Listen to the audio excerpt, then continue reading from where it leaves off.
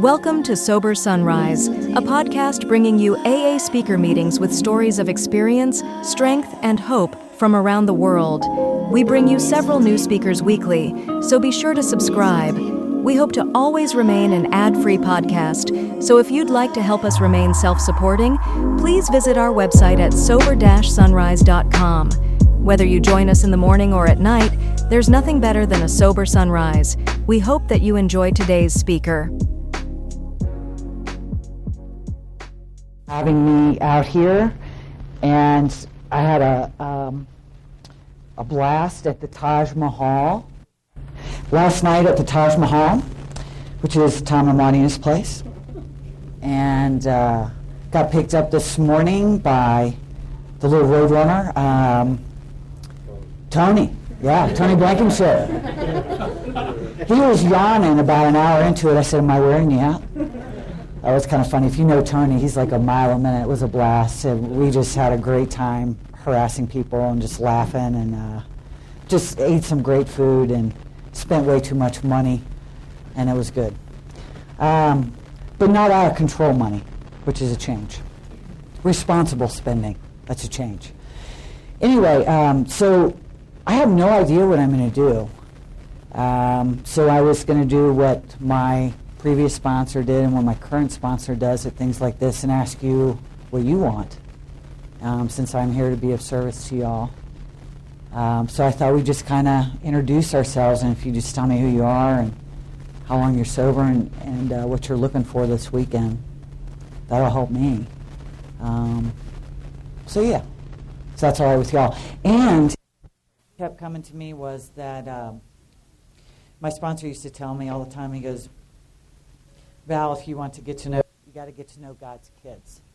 And at these things, that's the most important thing that happens. It's not necessarily who you've got talking or how profound what they have to share is. It's about what happens after the person's done talking. The magic that happens with one alcoholic talking to another alcoholic, one Al-Anon talking to another alcoholic, talking about recovery. That's where God is. So I'll ramble on and stuff, and God knows I can talk about myself ad nauseum. But that's the most important thing that happens here. And so you know that I'm a real alcoholic, I'll tell you a little bit about me.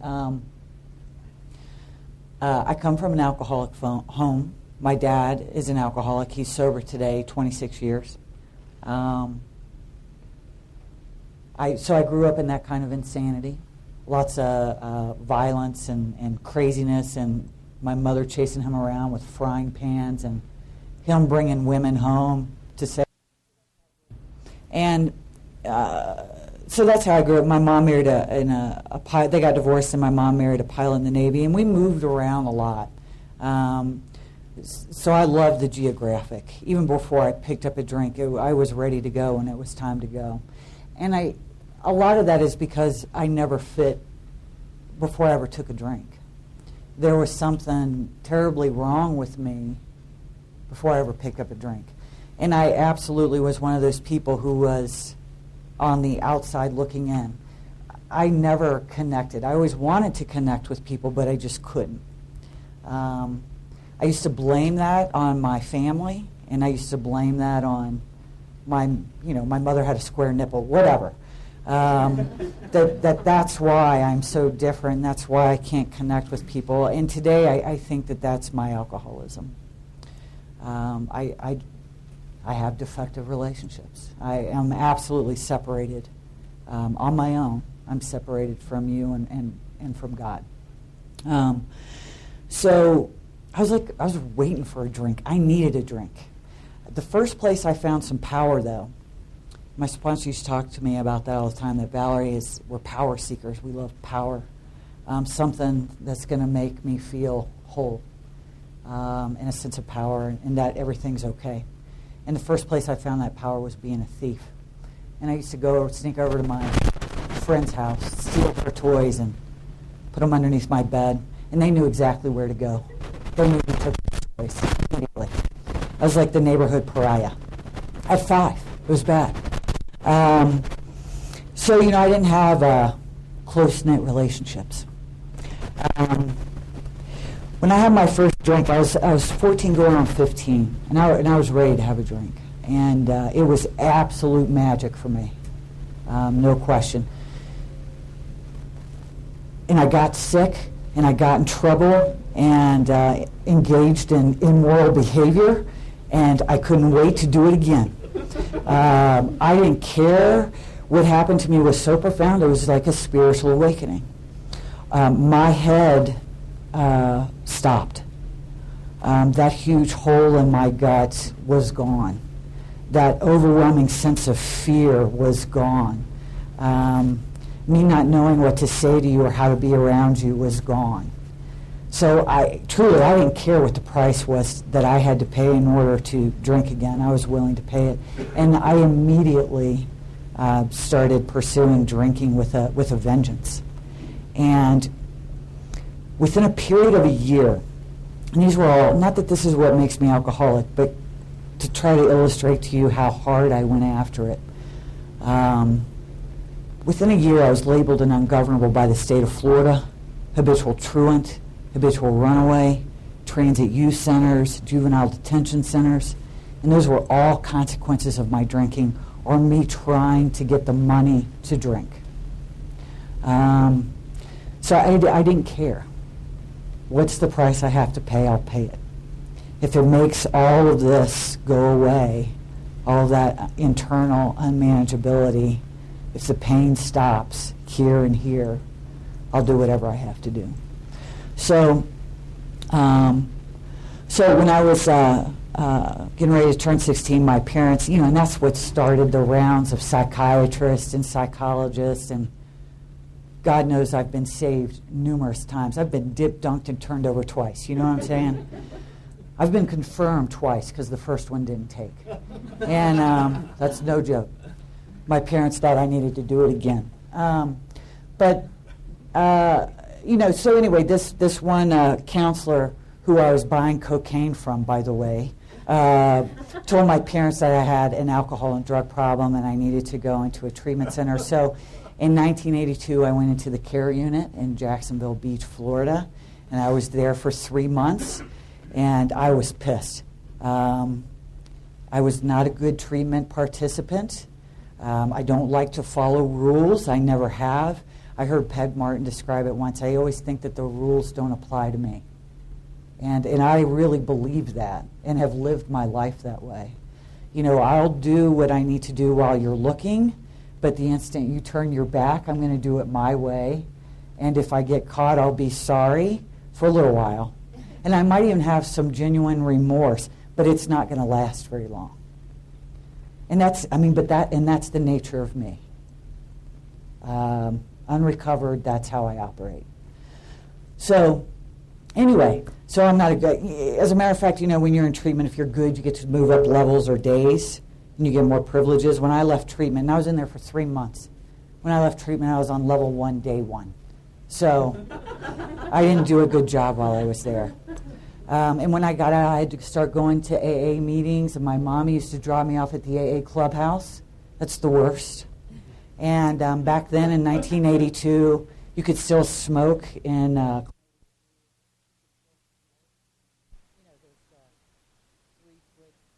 smoke hanging.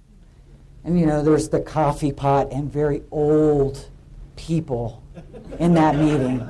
Crusty old dudes running around in that meeting. And I was angry that I had to be there. I didn't want to be there. And at that point, when I came in that area of the country, there wasn't a lot of young people coming in. And I'll never forget this guy saying to me, Valerie, you need to go home. You're still young. Do what your parents are telling you to do. Go to church. Be a good girl. You don't have to do what we have done. And I said, so you don't think I'm an alcoholic? He said, no. So he goes, no, you haven't gotten that bad. Or however he said that. What I heard is you're not an alcoholic. So it became my personal mission to prove I was an alcoholic to this man. So I started showing up at their meetings drunk. I stole the key to the AA clubhouse. That's where I take my friends to go party, was at the AA clubhouse. I stole their money. They used to put their money after meetings into this Coke machine. And any good thief knows all you need is a hanger. And you can stick that down in there and pull it out, and that's what I'd use to drink. That was my drinking money. They always used to wonder, what's happening to our money? I don't know. You know? I mean, because we're liars. I'm a liar. I lie about anything, everything. It doesn't matter. Habitual chronic liar. I lie even when I don't want to lie. I don't even know where I learned to lie. I just lied. Ever since I can remember, I've been a liar. So anyway, not a good AA member. Not a good, upstanding AA member. I didn't want to sponsor, because then, they're messing around in your life, trying to tell you what to do. I didn't want any of that. It was going to interfere with my lifestyle. I didn't think I was really an alcoholic. I was going to AA because of consequences. That's why I was going. And I was going in and out, in and out, in and out, in and out. I don't think I ever got more than 3 months at a time, maybe 6. And it would just show up when I got in trouble. And, would hang out in the clubhouse for a while. And when I was 17, though, I got into a lot of legal trouble with my pursuit of alcohol. And the option was given to me, either get sober or you're going back to juvie. And, of course, I'm going to choose sobriety. I'll get sober again. But I had hit a bottom. As much as a 17-year-old can, I was at the end of my rope. And I surrendered. And I said, I will never, ever drink again. And I meant it. I really meant it.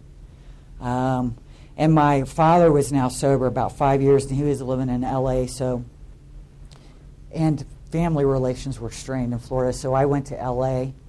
and conned and manipulated my way out there. My dad wanted me to work the steps before I came out there. I didn't want anything to do with that. So what I did was whip out the 12 and 12, read up, call him, and just kind of make up something and say, yeah, I just completed steps 1, 2, and 3, and this is what I learned. I didn't do anything. I just read a book because I wanted to get out of there. I wanted to get out of where I was because, it's all their fault. And it'll be different when I'm with you because you understand and you're in AA and all of that stuff.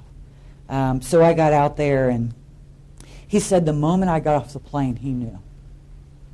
He knew that nothing had changed. And that's so true with us. And I'm sure people that have been around for a little while, something happens when we wake up spiritually. We change, and people see it like that. They just see it. They know. We sound different. We look different. We're taking different actions. We're compelled to go help other people. Can't get away from it. Some crazy stuff is going on. And anyway, so he knew. And so I ran around Los Angeles for a while. My favorite place to hang out was the 502 Club in Covina, California. And the saying there was, who's on who at the 502? And that was the place for me. I loved it. As a matter of fact, this guy named Big Book Mac, he said, girl, you need to sit down, shut up, and keep your legs crossed because you're missing it.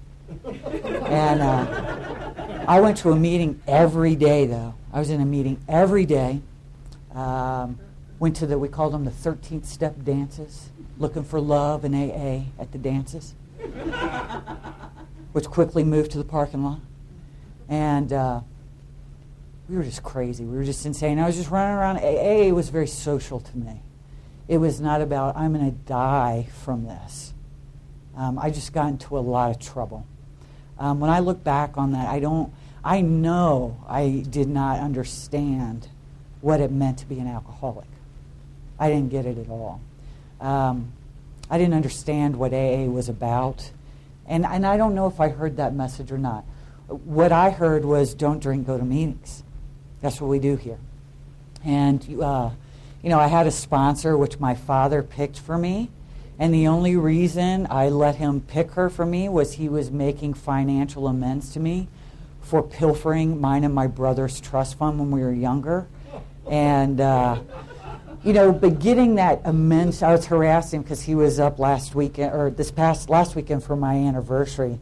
And I was harassing him because he was making financial amends to me, But every time I went to go pick up that check, a lecture ensued, about how I needed to straighten up and fly right and all that other stuff.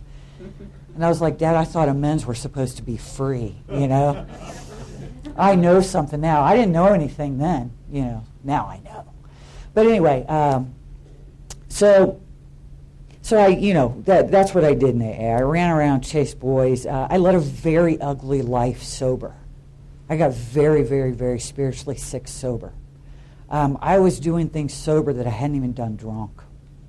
So I know that alcohol is just a symptom of what's wrong with me. No question. No question.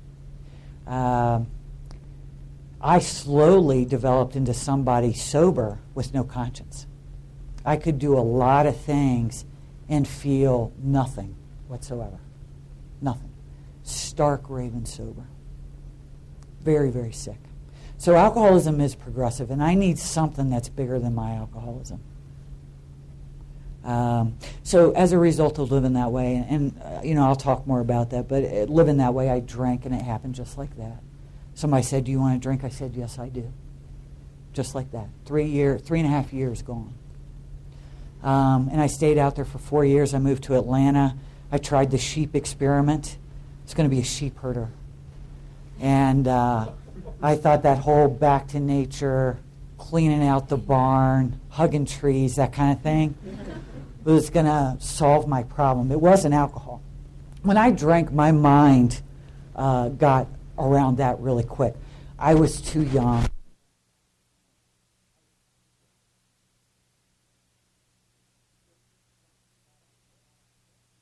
Your sheep drunk, bad idea. And I say this with all honesty, it's a good thing I wasn't a man. I would have had carnal knowledge of those sheep. I see how that happens. They look good. They do. I'm not kidding. Not to offend, but it's true.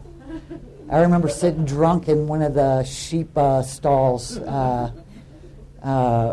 just looking at it, and I got it, you know what I mean? But I'm a pig that way, you know what I mean? So it wasn't a big jump for me. So Atlanta for a couple years. I went to New York for a couple years. I hit my bottom in New York. My father, in essence, 12-stepped me back into the program of Alcoholics Anonymous. I wasn't looking for it. I wasn't like, God, I've had enough. The only thing that was different was I heard him. Because before that, I had been avoiding his calls at all costs. And when I got on the phone with him, I had very little to say. But for some reason that night, and I'd been out on a binge and doing what I do when I drink, which is raise complete hell and harm everybody in my path. And I said, when I move down to Richmond, Virginia, I'm going to get sober. It never occurred to me that I couldn't make that decision and make it happen. Because I'd always said, oh yeah, I'm going to go back to AA and get sober. And then I'd go back to AA for a little while and drink for a little while, not drink for a little while at least. So when I got down to Richmond, I went to an AA meeting, and it was the Phoenix group. I was arising from the ashes. I thought it was very symbolic. No grandiosity here. And anyway, but I felt like I was home. And I'd never felt like that in Alcoholics Anonymous before, and I felt like I was home. I felt like they read How It Works, and I felt like I heard it for the very first time. It made sense to me. I knew that's where I was supposed to be. I got a sponsor that night. That's unusual behavior for me. She ended up being committed 2 weeks later, but she was perfect for me for those first 2 weeks. No joke, she's crazy. And I was crazy, bouncing off the walls. But I got a sponsor right away. I called her every day. I did what she asked me to do. I was willing. And I ended up drinking 2 more times, and I had no intention of drinking whatsoever. None. And my last drink actually happened up in Minneapolis, Minnesota. I had gone up there to see an artist. I was representing artists at the time. And I was in his studio, and he had a bottle of Jack in his studio on the table. And he said to me, do you want a shot? I said, yes, I do. And I wanted to be here. And for me, it was a great experience because, our book talks about no matter how great the necessity or the desire, it's not enough for an alcoholic of our type. that I truly am powerless over this disease. I did not want to drink. Everything in me wanted to be in Alcoholics Anonymous. I was doing exactly what you guys were asking me to do. I wanted to be here. So anyway, that night, and it was awful too because I'd just gotten 2 shots down, and my now deceased ex-husband showed up to pick me up, and I'd only gotten 2 shots down, which is the worst, interrupting somebody when they've only had 2. And I was a real nice person the rest of the day. And later that evening, after everybody had gone to bed, I'm going upstairs to drink because I'm going to finish off the job. And I just asked God for help. I said, God, help me. And that is the only thing, I think, that kept me from finishing off the job. And I've been sober since then. It hasn't been necessary for me to take a drink since then. So sobriety's been really interesting. My sobriety date is October 13th, 1992. So I just celebrated 15 years. My home group is a Jaywalkers group. We meet on Tuesday nights and on Friday nights. Tuesday nights we've got a speaker meeting. It's an hour-and-a-half meeting, 2 10-minute speakers, a break, and then our main speaker. Our Friday night meeting is a 45-minute newcomers meeting, and I love that meeting. Maybe I'll talk about that more too. And then we have a 15-minute break, and then we have a closed discussion meeting. So my home group just got done meeting, and I love them dearly. They have saved my life on numerous occasions. Should we take a break? Is it break time? Yeah. All right. Prayed up, and I'm all nervous, and so I want to impress you all, of course. And he said that's a waste of your time.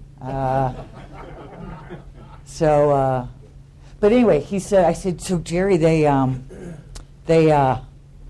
allow smoking in this place. And he goes, great opportunity for you to really practice reliance upon your higher power, your creator. I'm like, thanks, Jerry. He's been giving me a hard time about not smoking for quite a while. And Don used to say to me all the time about my smoking, he'd go, you're missing out on some spiritual stuff, kid. Which, tell me what it is. I want to know what it is. I don't have to stop smoking to figure it out. Just give it to me. Which reminds me of another story with Don. I was when I started getting sponsored by Don, I was probably 4 or 5 years sober, somewhere around in there, and I remember calling him one day, and I'm like, Don, tell me what to do.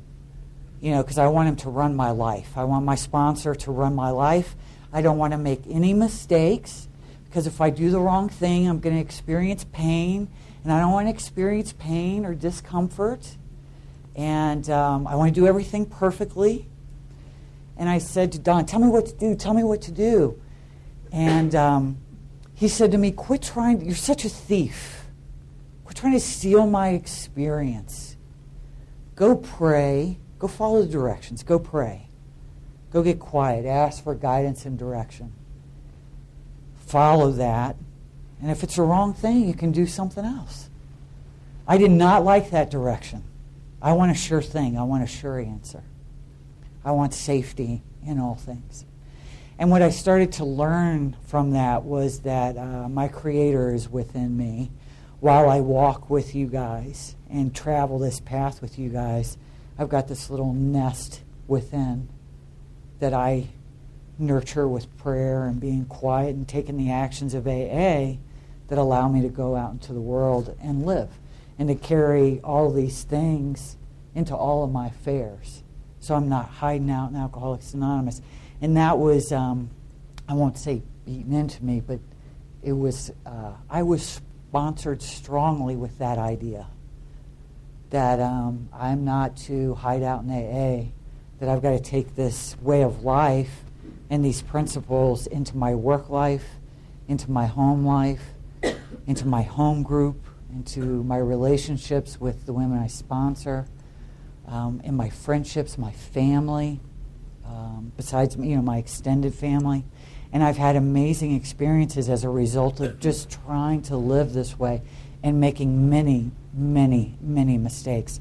I was talking to Tom yesterday. I used to be so afraid and very rigid.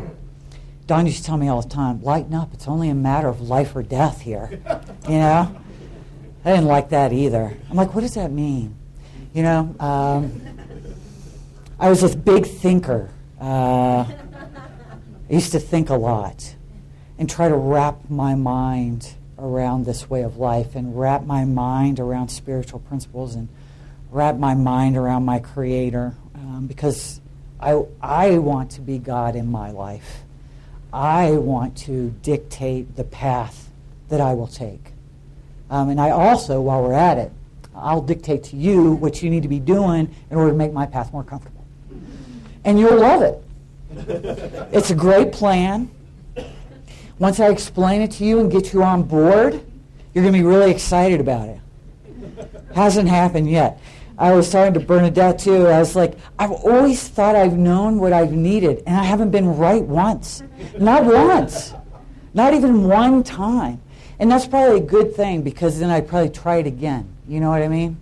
Think that this is going to be the time again. What have I found out that AA is all about? What I have found out that AA is all about, ultimately, is about service. That's what it's about. In all my affairs. Period. That's it. And we have these really cool tools that help get me prepared to go do that in the most effective way possible. And as spiritually fit as I can bring to the table at that moment. But it's about service. And I see a lot of people, even service junkies, who miss that. I probably shouldn't say that, but that's what I mean. I just got back from assembly, too. That's chalk. Oh, God, they're going to hate me for saying this. Can we mute this? Mute. In my travels in Alcoholics Anonymous, I have noticed that there are service junkies. And after a while, I see them become burnt on this way of life of just service. And they become burnt out, and they miss the spirit of that. So, when I was about 3.5 years sober, I started to go insane. And I should tell you this, I've done AA just about every way that you can do AA. I've done Hazelton, the Hazelton steps. I've done Joe and Charlie. I've done the 7 questions. I have done the Course in Miracles. And that's not all AA, but that's the stuff that I was introduced to in AA as this is the way. The 12 and 12, taking the steps out of the 12 and 12. And God knows what else. Whatever else I could come up with, too, probably. So at about 3.5 years, I started to lose my mind. And what I was doing then was bits and pieces of the big book, a meeting every day, pick up a drunk every day, carry him to a meeting every day, that kind of thing. And I was ready to shoot myself. And I thought AA didn't work. I was very angry at God. I thought, I've been doing all this in AA. Look at everything that I've been doing. Why is this happening to me? Why is this happening? I was on the floor, like suicidal depressed, on the floor. It was absolutely my dark night. Everything that I had a dependency on was taken away. I know what it means to be in sobriety, to have nothing, to be stripped of everything. No car, no job, no money, no place to live. People in AA saying, go away. You need to be committed. You're crazy. Stay away from her. She's really sick. She will bring you down. And I was crazy. I got really, really nuts. And started carrying a gun again. That's not a good idea. It's a bad idea. very paranoid, and would just go from complete rage, and just, I can't, y'all know what I'm talking about. And then just on the floor, just wanting to die. And if this is it, I don't want it. And one night I set out purposely to drink, and it didn't happen. Shortly after that, I met Camille Frey in Louisville, Kentucky, and that woman saved my life. I met her at a conference that I didn't want to go to. And she looked at me and she goes, "Girl, you're a mad dog alcoholic, and you're going to die." She sounded like a bad Louisiana psychic. "You're going to die unless you get into, all three parts of Alcoholics Anonymous." And I'm like, I am in all three parts of AA, and it doesn't work. And but I heard hope in her, because she was sharing her story, and she talked about being 12 years sober, sitting with a shotgun, waiting for her man to walk in the door because she was going to blow the old boy away. And I identified with that.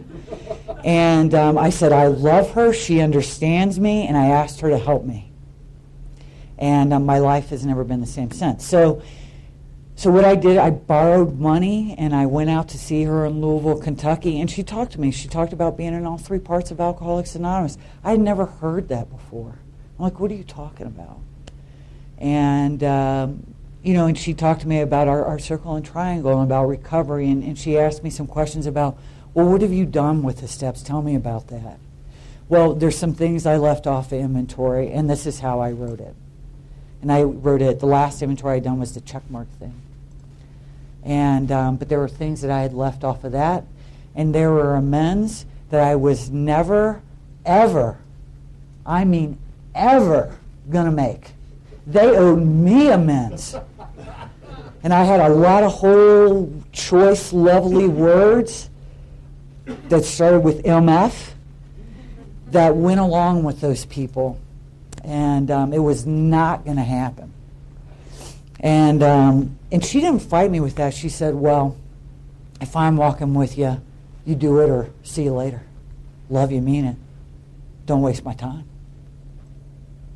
And it was good that she spoke to me in that way, because I don't know that I would have heard it any other way. And, she talked to me about the unity piece of this program. And unity was about convenience to me. That's how I conducted myself in Alcoholics Anonymous. I showed up late. I would leave early sometimes. I was at my home group. That was not a committed meeting to me unless I was really tired, or I had something better to do, something better came up. And she told me, she goes, you will be there unless you are dead sick or out of town. And I'm like, that's harsh. And she goes, and when I say sick, I mean sick. Not any of this mamby-pamby stuff you like to pull. And she had me nailed, because I like mamby-pamby. I don't feel good today.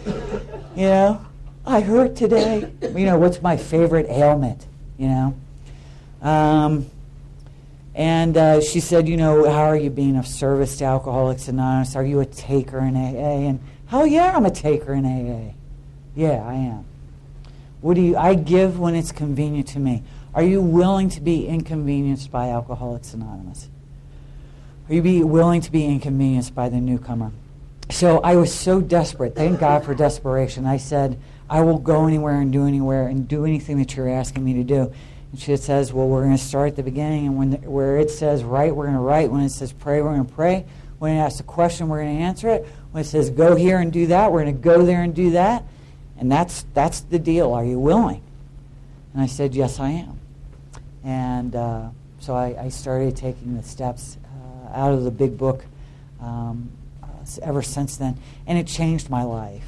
So that's the message that I carry today.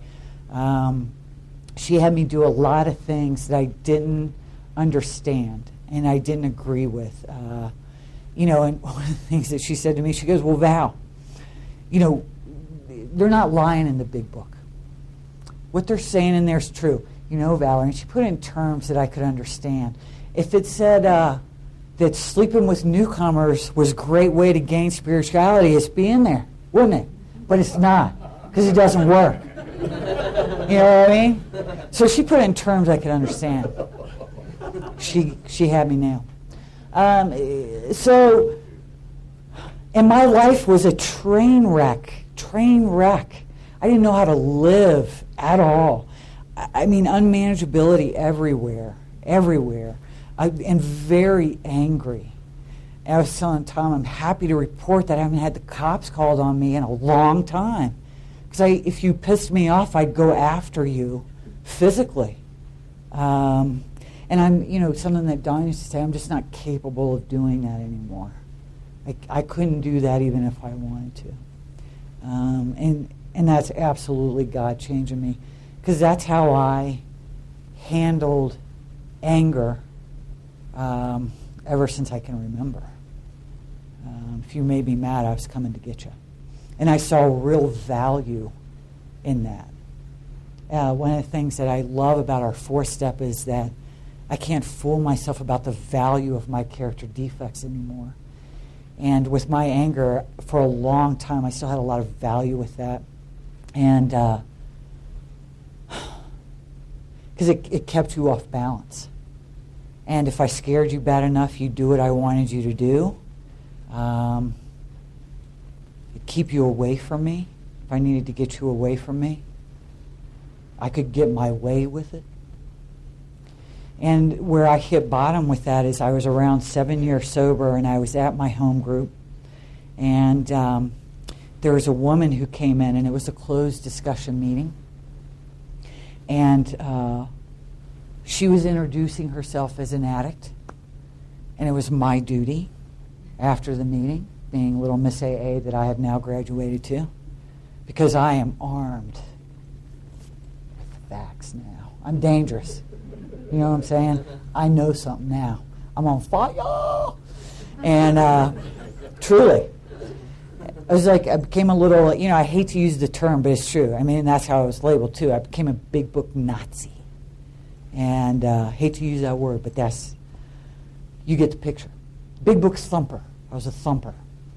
And anyway, so this gal says to me, and the traditions too, and I'm laying down the AA law, and I'm coming after the people that are trying to destroy AA, and I'm going to save them. I'm going to set them straight. So I was on a mission. And anyway, so this gal, she introduced herself as an addict in the meeting. It's a closed meeting of AA, so after the meeting, I thought it was my personal responsibility as a good home group member to go up and inform her of her error. And so I go up and I say something to her, and she says, are you the AA police? You can't tell me what to do. I can come into this meeting and I can do whatever I want. I'm like, are you talking to me right now? Are you talking to me? And she went on, and I mean, I was like a peacock. It just went, whoo. And I was mad, and then it began, where I'm going to rip off your top part, except I was voicing it very loud. I'm going to rip it off and shove it up your bottom part. Other home group members are running around. Little kids are running around because we have babysitting at our meeting. People that came to visit the meeting that were trying to get off the ground. And it's a big book meeting, which was like, taboo in Richmond for a very long time. We didn't talk about that stuff. So we got people visiting, trying to check it out. And that's the example of solid big book AA that I'm demonstrating. And I mean, I'm yelling and screaming at the top of my lungs and cussing up one side and down the other. And then the guy that brought her, I get a hold of him, and I'm yelling and screaming at him and ripping him a new one and just going to town.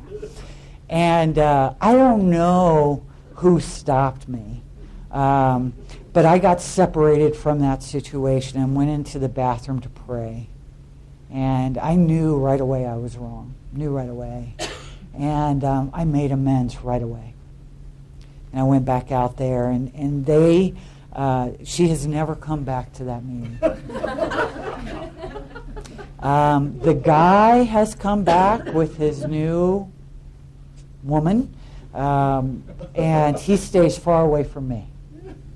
And I've talked to him several times since then, and just, I was dead wrong.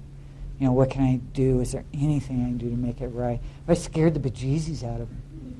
And I'm lucky they didn't call the cops that night. I really am. And I had to get up in the morning and make amends to the parents and the home group members.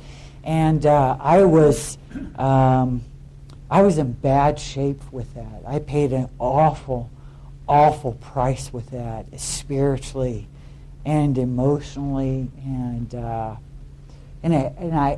haven't had that since.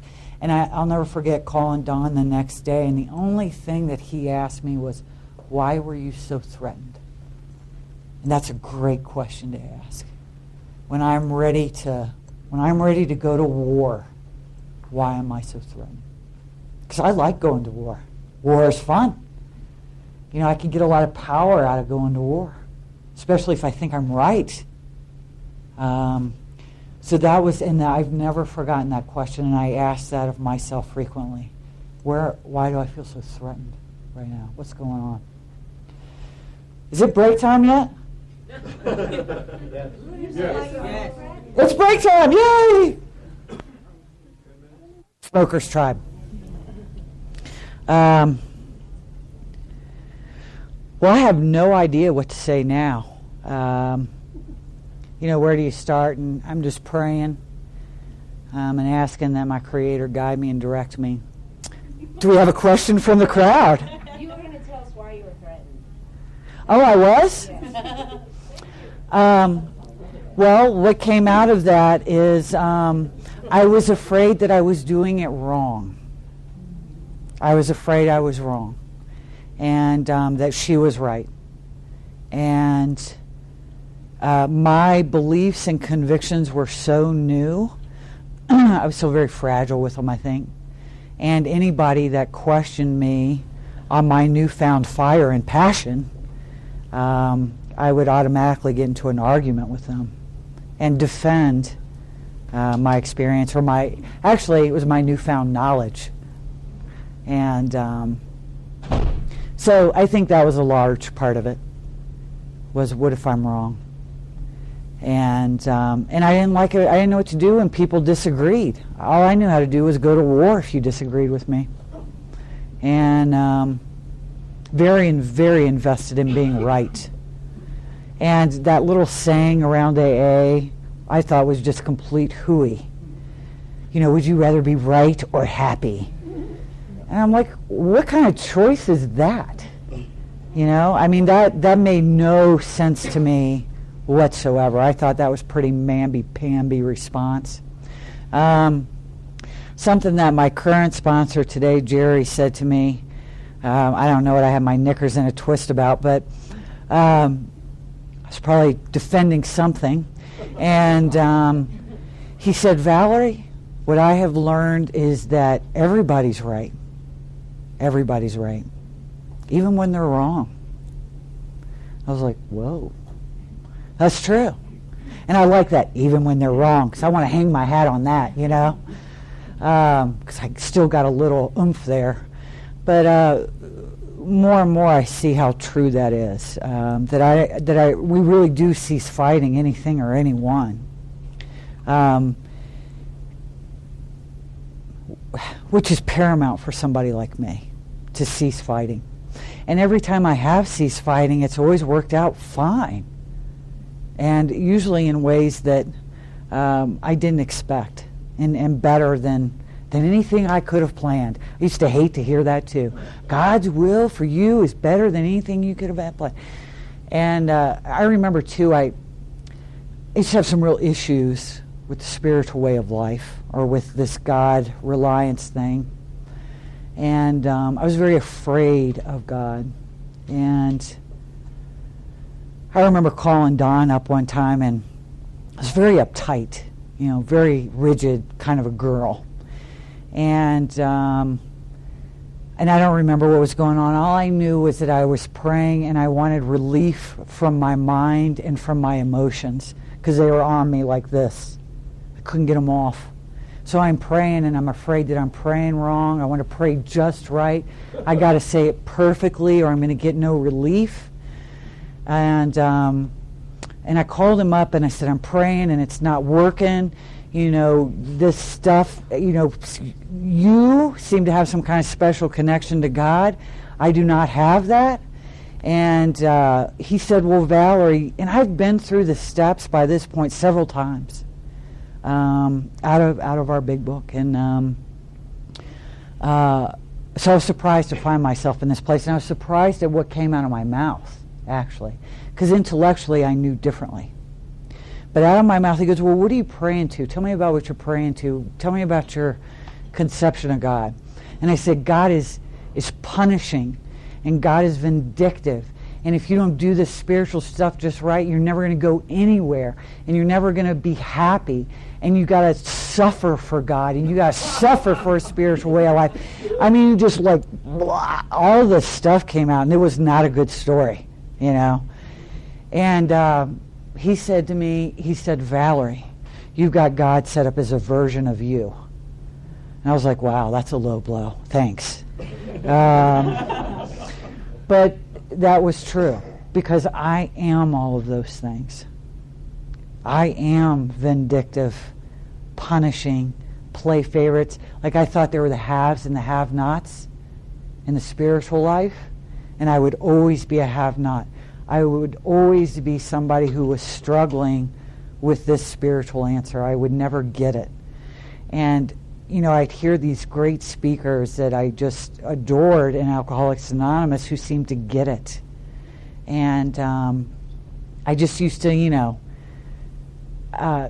judge them, because I wanted what they had, but I didn't understand how they got that, and I thought it will happen for them, but it's never going to happen for me. And then, you know, Camille said to me, well, are you willing to do what they have done? If you want what they have, are you willing to do what they have done? And also, you know, I was never happy where I was at. When I was 2 years sober, I wanted to be 20 years sober. When I was 5 years sober, I wanted to be 25 years sober. Not comfortable at all where I'm at currently today. I always wanted to be somewhere different and better. In my mind, it was different and better. Now I understand a little bit more about the journey and being present in today. And also today, very grateful for my character defects. And not afraid of suffering at all. And that's a complete change for someone like me, because I would try to control my experience in my life so to insulate myself from that stuff, and because I want to feel good all the time,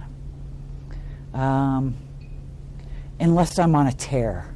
If I'm on a tear, the worse I feel, the better, and I like to nurse it. And I like to feed it,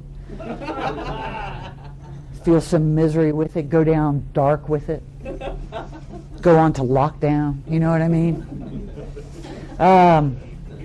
So, and I can find power in that too.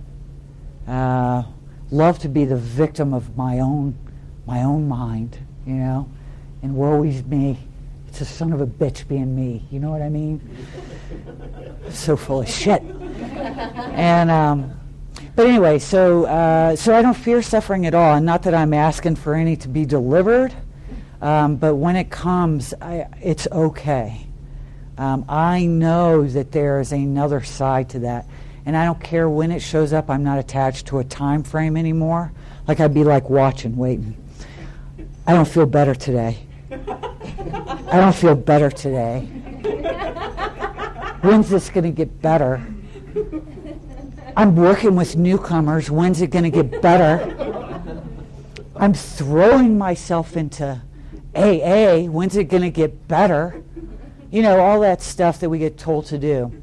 Oh, go find a newcomer. You know, get your head out of your buttocks. Go work with a newbie, you know. Go pick up some drunk and take them to the meeting. Do you have inventory to write? Do you have, whatever? Do you have unfinished amends? I mean, I can get so wound tight with, have I done this perfectly? Because I shouldn't be feeling this. I'm feeling this, so something's wrong. And going into a mental whirlwind. My friend calls it a psychic shitstorm. And I like that. That describes it perfectly. So today, I just don't fight with that much anymore. And I have my faith has changed. One of the things that I love in the We Agnostics, where it talks about we have to make that step from bridge to shore.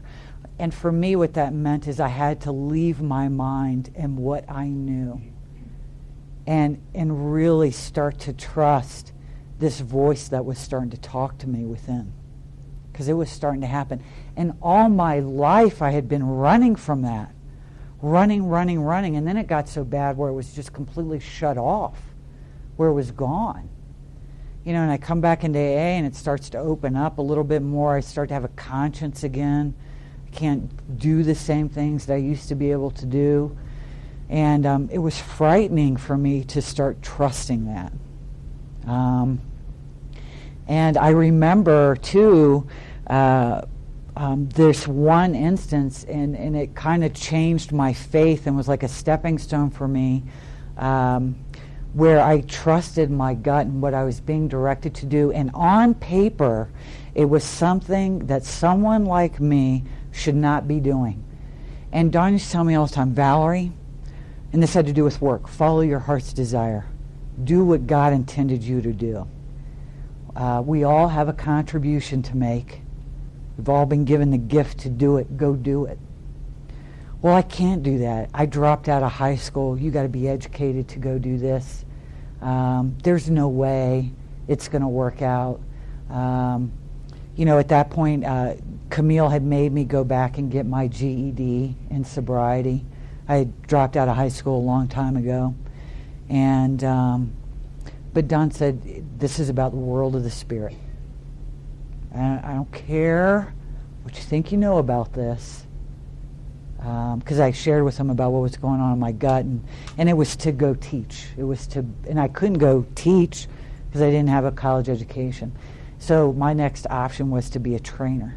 And so I started interviewing these trainers and finding out what they did and all this stuff, and doing some volunteer training in correctional facilities. Now that's a joke. I have to tell you about that. I digress for 1 second. But it was a good thing, because then we got a meeting started in the jail. So I did this volunteer training, and I go in to do this training, and it's about with offenders. It's moral psychology. If you help them to understand the consequences of their behavior and the impact that it has on other people, they will go forth and never sin again. And I'm reading this stuff going, this is a crock of poo. I can't train this. We're starting a meeting in here. Because most of the people that were in that room were addicts and alcoholics. And I just could not, in good conscience, continue on with that training. So we started a meeting. And I didn't do that training. And but anyway, but I was willing to put myself out there. I was willing to follow my gut. And everything in the world told me, you can't do it. People in the world said, it can't be done.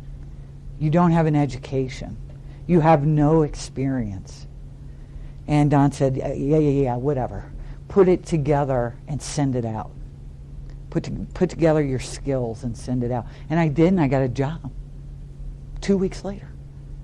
I couldn't believe it. And making more money than I'd ever made in my life, and I was making it honestly, which was a different experience for me.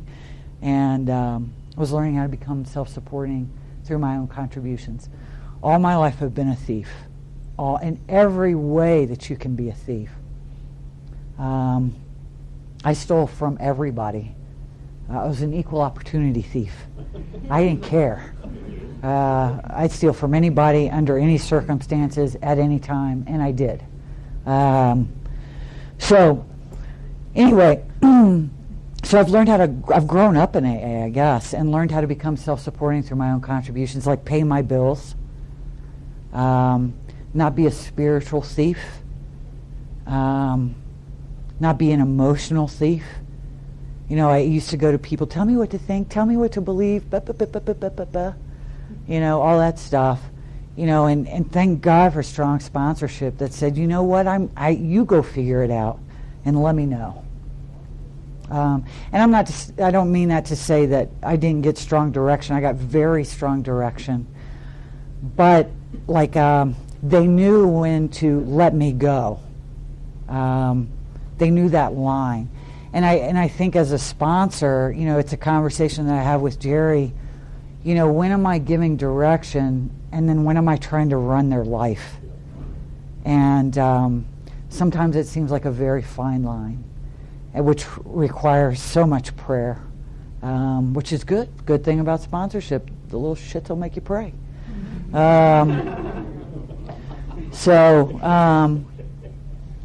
That probably wasn't very nice, was it? But it's true, But I went off on a tangent. So anyway, that was like a turn for me, that trusting God was good, that trusting God was okay, that really what God has planned for me really is it's better than anything I can come up with. It really is.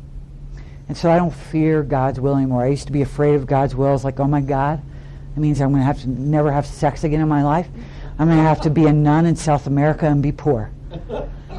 That was my vision of doing God's will. It was bad, And I'm like, I can't, what an order, I can't go. And,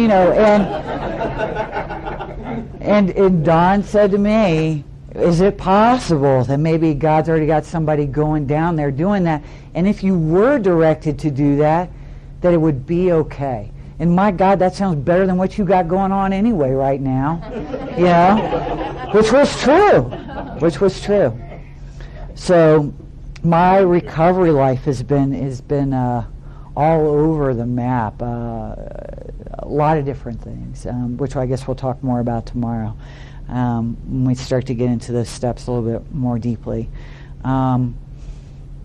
Is everybody tired or not tired? You want me to keep going? I'm trying to, because it's Friday. I'm fine. I can keep going. Keep going? Okay. Well, y'all leave if you're tired, right? When the room starts to thin, I'll shut up. So what else?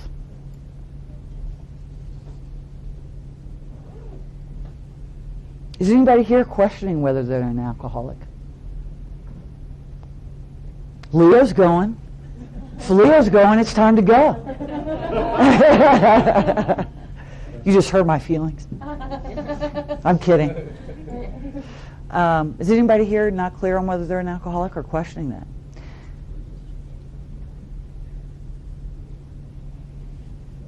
Does everybody think it's okay to question whether you're an alcoholic? Sweet. See, y'all are like on the page. Actually, I think it's time to stop because I'm done on the inside. It's done. It's quiet. There's nothing else coming. So I'm done. And telling stories and stuff. And just about our alcoholic mind, or our mind that is just unbelievably insane. And the stuff that we come up with that really seems like a good idea. It's always entertaining until we go to jail. But anyway, so really excited about being here. It's just really neat. It's really neat, and it's neat to be with AA family out west that I didn't know really well yet. And I run around a lot on the East Coast, and it's been really neat, and getting to spend time with you guys out here. And AA has become my family. I never fit in anywhere else. I desperately tried to and wanted to, but I never fit in anywhere else. I was always very awkward and never really fit in with a group. And I would move from group of people to group of people to group of people, either by the consequence of my actions. I wear out my welcome in a group. And I was just weird. I was just strange. And always doing and saying the wrong thing. And their things would go missing. So Just not a very nice person at all, and just very awkward. And when I got into AA, and started to recover and started to get well and really started to be a part of this incredible fellowship that we have, and started to be a member of life. And it was because of what happened to me in Alcoholics Anonymous. So when I go to work today, I don't feel like odd man out. I don't feel separated from everybody.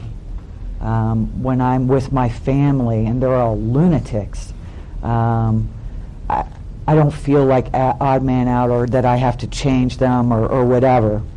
And I'll talk more about that, and that's just because of what Alcoholics Anonymous has done for me, and I found that first here, that sense of understanding and acceptance, and then being shown a way to live that I just could not find before. And the only place I ever got relief from all the uncomfortability was, of course, through alcohol. So I wanted to tell you a little bit about my experience with these steps. When I got sober this last time, I was really desperate and willing to go to any length.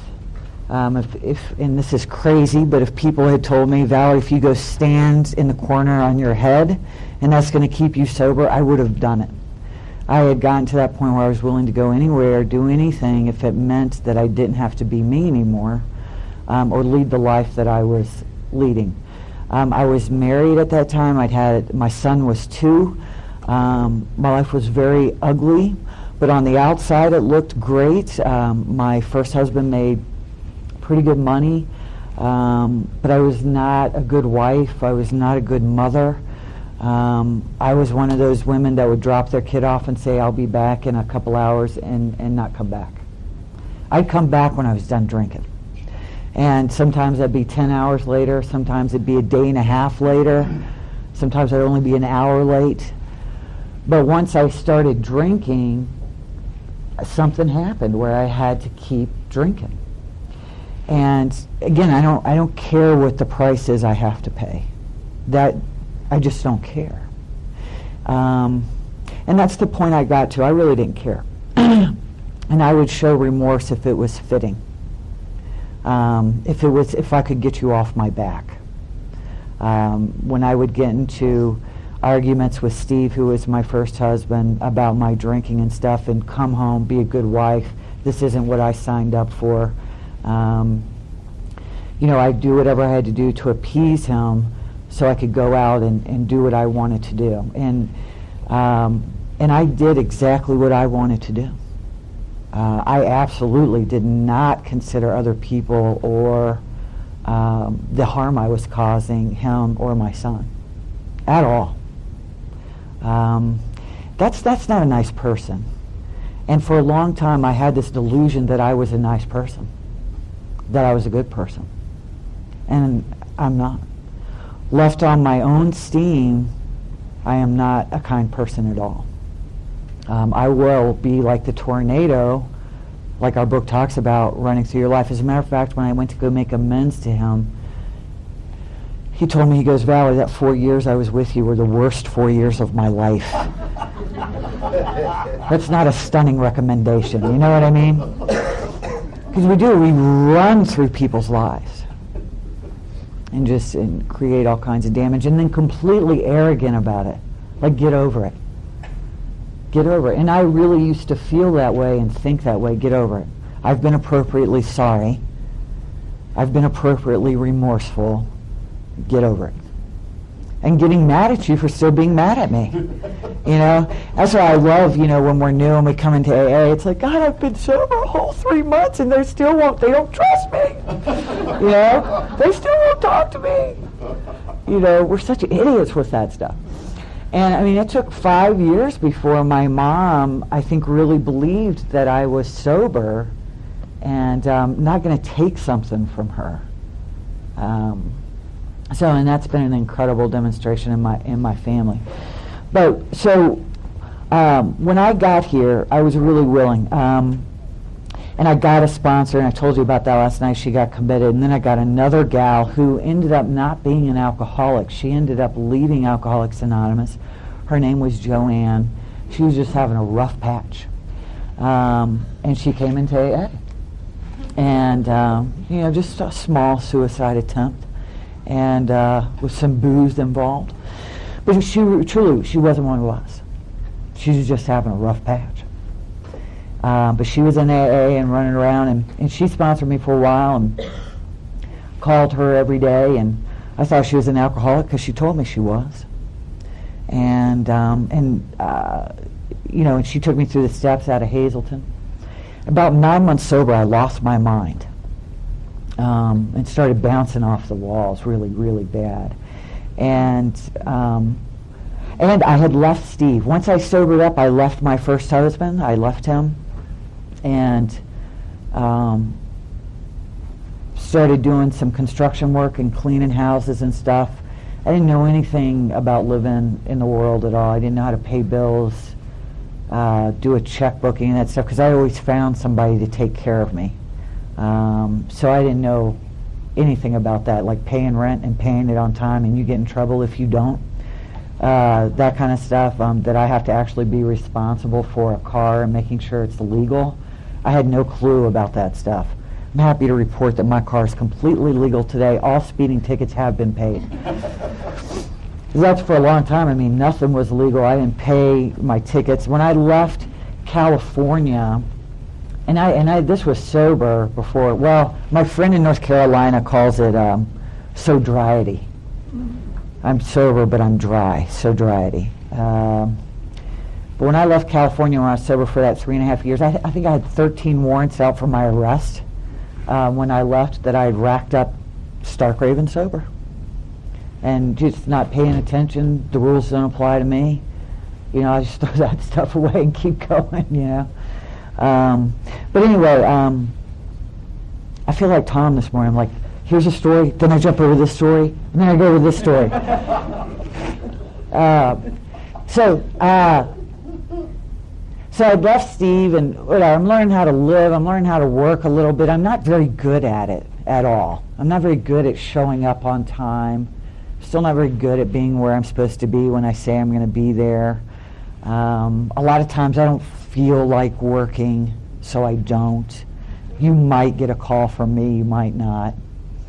But I was going to a meeting and wanted to be here.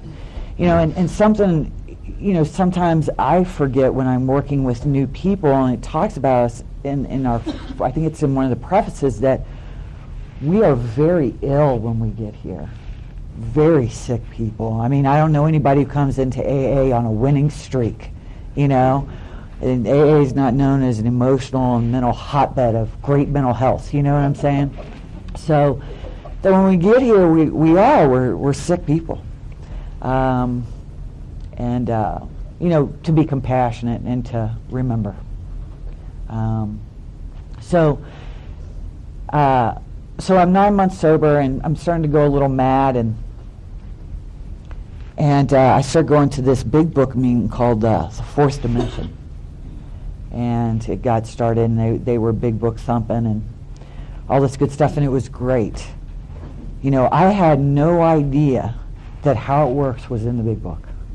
I'd heard it read in meetings for years, had no clue. I mean, if you want to hide something from a drunk, stick it in the big book, right? It's the last place they're ever going to look. And not a clue. So it was magic for me, because I was like, oh my God, there's directions in here. The first directions I discovered in the big book were the 11th step directions. And I started practicing those, and I just had a blast. I just had a great time, and I kind of had a spiritual experience. And I did. I woke up a little bit. Before, where God was very nebulous, and it's like, yeah, God, whatever. I'll pray because you tell me to. I had an experience, and it was like, God is here. It was like a big blinking sign. It's like I woke up inside, that there was something going on here. Got excited about AA, got excited that there were these directions in there, and just started on that path and being a member of that home group. And I had at that time too, I had switched sponsors again because Joanne had gone out, and that sponsorship line that I was in was very, very big on commitment. And that's where I really started to learn about respect for Alcoholics Anonymous and being committed in AA. That's when those ideas started being introduced to me. And I didn't fully surrender to those because they were a tad inconvenient, but I started to hear that message and was held somewhat accountable to that stuff. So I'm going along in sobriety, and of course I've gotten into a relationship, and he's the one. And it is absolutely God's will. We've been on, 2 dates. We've slept together, of course, and it was magic, and he understands me. And I think I even said to my sponsor at the time, Nancy, I know it's God's will. I know God's direction because we just connected. And I've never had sex like that before in my life. And I'm sure she was like, yeah, whatever. But I'm glad that nobody can see that on tape, what I just did. But anyway, and she had been around, so she was laughing. It was funny. But we really believed that. We really believed that this is God's will. And so I got into this relationship, and it was insane. Of course, we moved in with each other right away. With that joke with you get 2 alcoholics together, at the end of the first date, do you say the Lord's Prayer, or do you pack up the U-Haul, and move in? We packed up the U-Haul, and he was at home living with his mama and daddy. And I'm like trying to learn how to live, can barely pay rent, and it was crazy. It was insane. But it seemed like a great idea at the time. And, and we're different. I listened to other people's experience in AA, and I listened to my sponsor's experience, and I'm different. And I remember thinking that I am different. What you're saying does not apply to me. I'm going to do it different. I'm listening to all the mistakes you made. I'm not going to do that. I'm going to do it different because this is true love. True love. And so anyway, disaster. Disaster ensues. Why? Because I don't have a relationship with God. It's brand new. It's just a baby. Just a baby relationship. And of course, this man becomes my higher power. And I start worshiping at the altar of Alex. And gets very sick. I start missing out on my commitments in AA. Start getting into arguments, so I don't go to the meeting, or I don't talk to that new girl because we're arguing. That's more important that we get this thing resolved. And it never got resolved that way, ever. So just a lot, just crazy time. And then, the big dramatic breakups. Well, I'm going to go find some strange because I'm mad at you because I like to retaliate. So I'll go back to what I know. I'll just go find me a new boyfriend. That'll show you. And I might do it so you can catch me, and I might not, want to keep you off balance so you never know really what's going on. Because that's how I like to maintain control. And it's just insane. And having a hard time working, and because that becomes paramount in my life. That becomes the all-important thing. So I hit around 3 years. It's another breakup. It's nasty. It's ugly, and I hit another bottom in AA. And it was good. It's the most painful thing I've ever gone through in sobriety. And it took me a while. Sometimes I even hate to talk about how long it took me to come out of that. And a lot of the reason why is because I added to it by the bucket load. But it was the turning point in my sobriety and I am forever grateful for all of that stuff that went down at that time. So at that time, the sponsorship that I was involved in was about a meeting every day. Didn't really do the big book. It was about go find a new drunk and carry him to a meeting and write me a letter once a week and let me know what's going on. And I started stealing in earnest again. I started going to work and say I was working for a film producer at the time, and I said, well, I'm going to go into D.C. and make some calls on some prospective clients. He did corporate films and stuff. You know, try to find some, and then I'd just go home and get in bed, not go to work. And I talked about that a little bit last night. I eventually stopped working, couldn't work. Everybody in AA that I knew, my behavior became so bizarre that I was disowned by everyone I knew in AA. Stay away from me. I started getting, my anger started showing up in earnest. Small anger problem, small one. I wasn't welcome at the Rebo Center, the Sober Center. It was just a really ugly time. It was a really painful time. And he had left, and he had started dating someone else. Oh, I know, that's a bad one. So what's our natural response? I will stalk you. So, how I added to that was, by hiding behind bushes and underneath cars and vandalizing his things and scaring him. I mean, he... I know. It's a true story.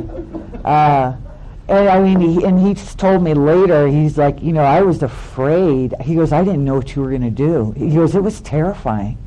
I didn't know what you were going to do, what you were capable of doing. You were so weird. I mean, I had bad vibes coming off of me. I'd go into the meetings where him and that girl were, and I'd just stare hate, and hope that they were feeling it,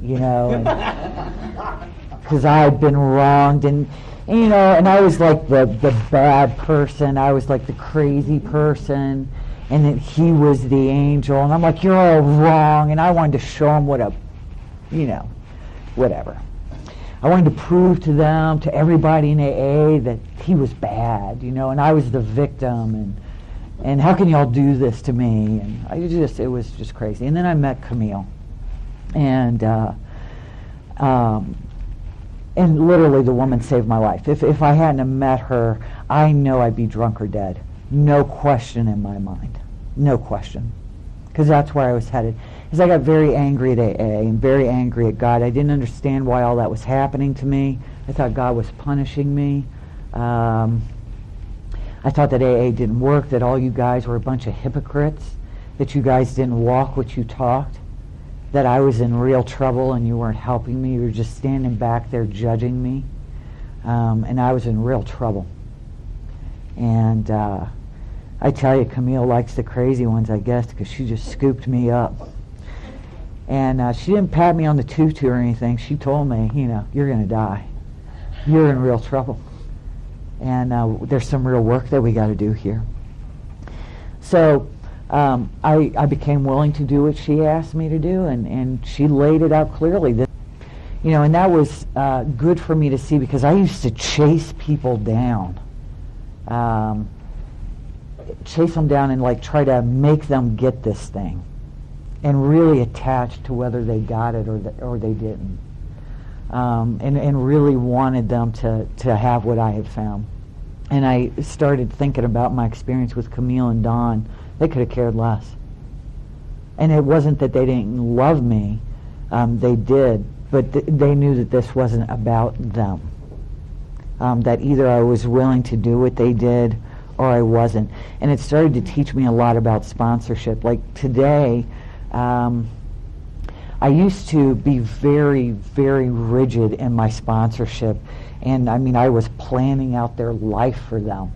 and this is what they were going to do. And I have a pretty strong personality, and I can be a real steamroller, you know, and I'm not past shaming you into taking the action I think you should take. I mean, and I was just like hell bent on it. And or I'd guilt you or whatever, you know, you will get this brand of AA, you know, because you will wake up spiritually as I have, and if this isn't happening, then we've missed something, and we're going back, and I mean, just crazy. Really, really wound tight and rigid. You know, and Don used to tell me all the time, lighten up, it's only a matter of life or death, it's okay. But what I've learned today is that with sponsorship, it's like, you know, it's something I choose. Like for me today, with my sponsor, Jerry, today, I choose to be accountable to him. He doesn't enforce that on me. I choose it. It's my choice. He can't force me to be honest with him. I choose that.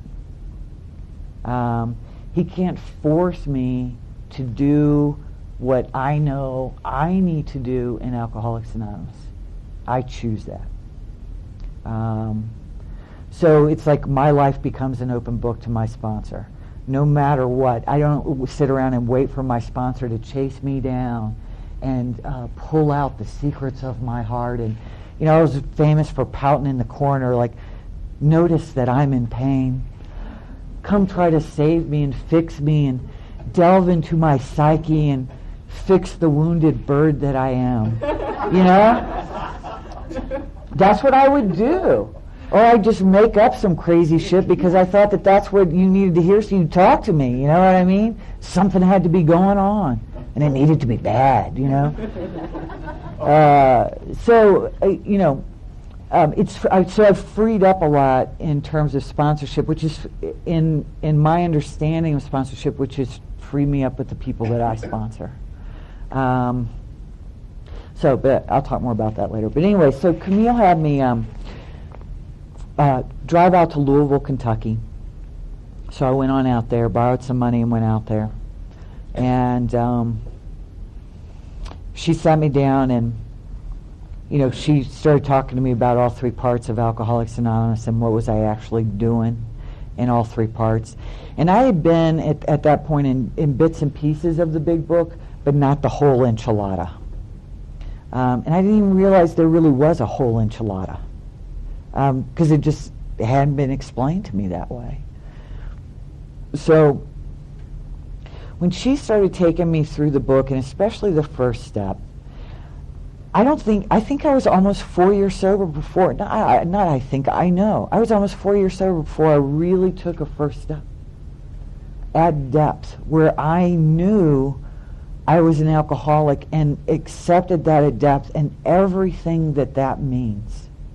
That I'm absolutely 100% screwed on my own power. No question. And the unmanageability, but the powerlessness over alcohol. I had never gotten that before. And I hadn't heard about it talked in that way in meetings of Alcoholics Anonymous. And Camille used to tell me all the time, she goes, Valerie, the big book is the greatest AA bullshit sifter there is. If you can't reconcile in the big book what you hear in a meeting, then it's not AA.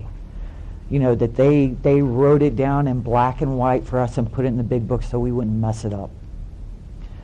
You know, read the black part, you know, and we'll talk about that. Yeah, don't get lost in the white.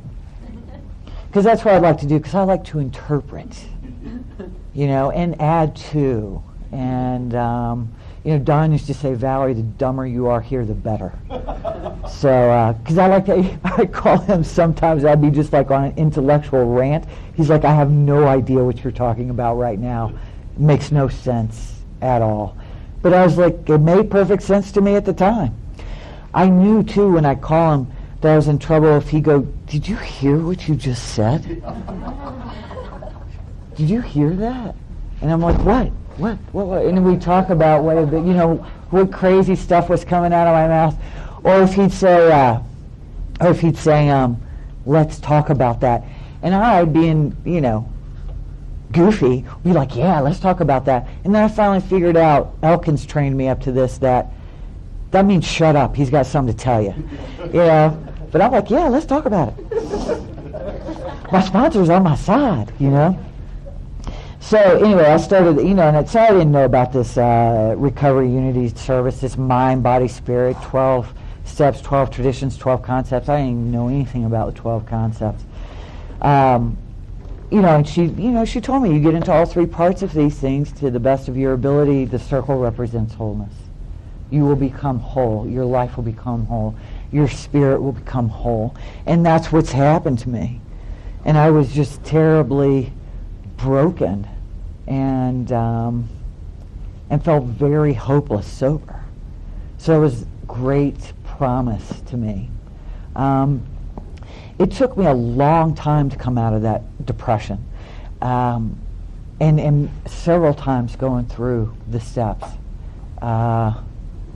And this is my experience. There were a lot of people that were around me that said, Valerie, you need to be medicated. Because I was suicidal. I mean, I was thinking about suicide every day. And one of the things that was given to me, and I don't know why I trusted it, but I did. They said, if you will give this an opportunity, if you will go through this, and if there's still no hope after this, then we'll go look into that. But let's give this an opportunity first. And I was just willing. I said, okay. As a result, and I've been depressed ever since I was a little kid. So I'll never forget the day that I realized that I hadn't thought about suicide in a long time. It was like a spiritual awakening for me. I haven't thought about suicide in a long time. It was awesome. It was incredible. And I'm somebody with suicide attempts in the past. I've been hospitalized around that stuff several times. So I know the power of Alcoholics Anonymous, and I know the power of these instructions, and the power of getting a relationship with my Creator changed me. Did something to this up here. I got that psychic change that is so necessary for us. Because my best thinking is, I want to die. So I know that this stuff works. And my depression, the longer I'm sober, becomes less and less and less and less. I'll get bouts of it here and there. They may last a day, sometimes 2 days. A prayer that Don gave me was, God, help me not to get depressed about being depressed. Because God knows I like to nurse my misery sometimes. Why do we do that? I don't know. And so she had me look up the word textbook. And I got to tell you, I went through this phase with the big book where I looked up every single word and was just like really anal retentive with it. That's why I was so rigid. Just incredibly anal. I mean, it was tight. You know what I mean? And it was a good experience, and I was a little big book evangelist and all that stuff, and got a really bad reputation in AA. They didn't like me when I was crazy. They definitely didn't like me when I turned into a big book thumper. It's like, what's worse? We don't know. Just go away.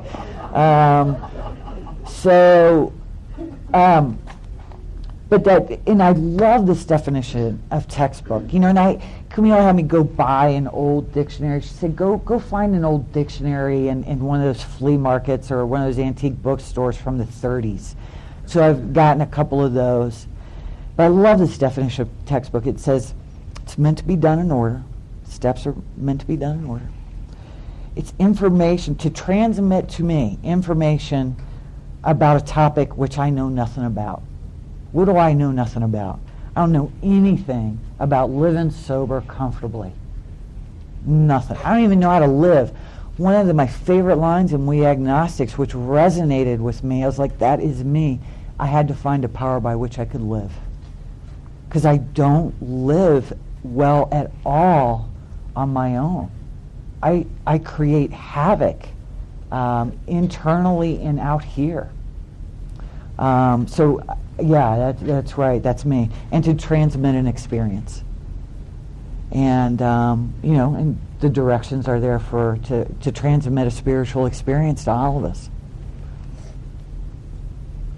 And am I willing to pay the price? Because there is definitely a price to pay here. And some days I'm more willing than others. Hello. So she got me into that, and of course, we did the diagnosis of the problem, and what our prescription is and all that good stuff, which was great. It was beautiful because it put it in ways that I could understand, and that made sense to me. She goes, you see that, Valerie? Forward to the first direction, it says precisely how we have recovered. And I'm just going to say the cuss word that Camille said to me, and it's on tape, but that'll be okay. She said, precise means precise, Valerie. That means there's no fucking gray area. Because I'm all about the gray, baby. She said, don't monkey with it. We're not going to muck it up. Precise means precise. We're going to do exactly what it says. We're not going to add to this. We're not going to bring any secret mojo to it. We're not going to bring any outside opinions to it. We're going to do exactly what they're asking us to do and ask God to help us leave our mind elsewhere.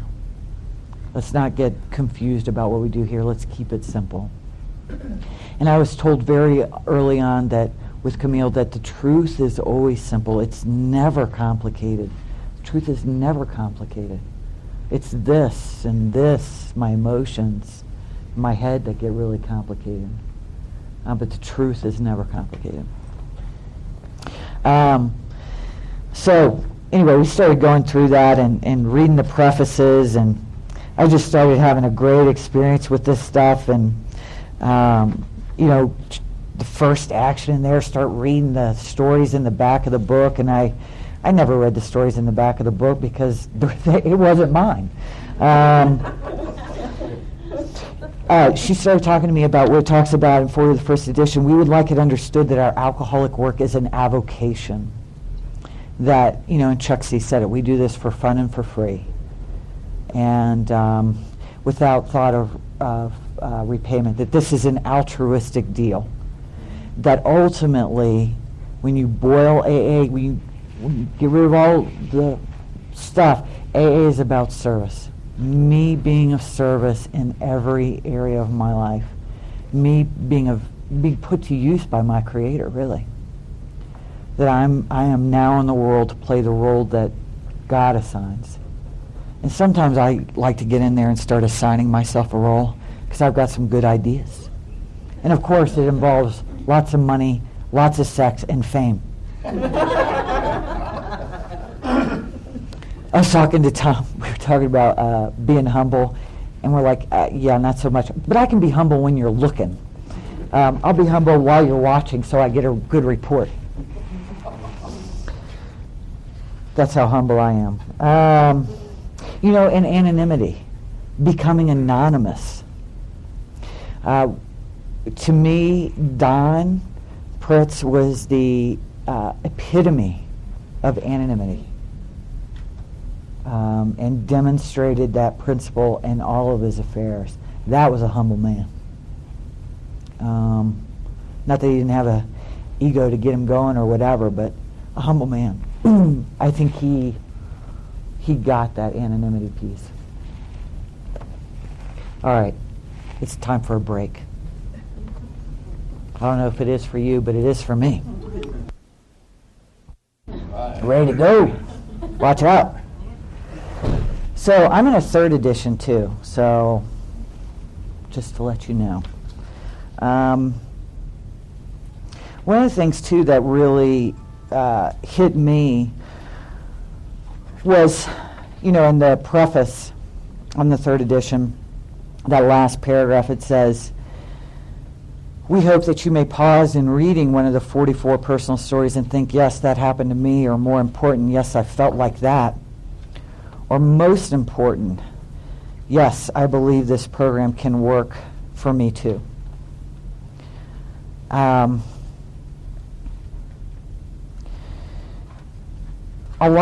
for a long time I used to define my alcoholism by my consequences. And when I would go to meetings, if we didn't have the same consequences, I didn't identify with you. But if you started talking about how you felt, there you had me. Especially when you started talking about the loneliness, the fear, the desperation, that I understood.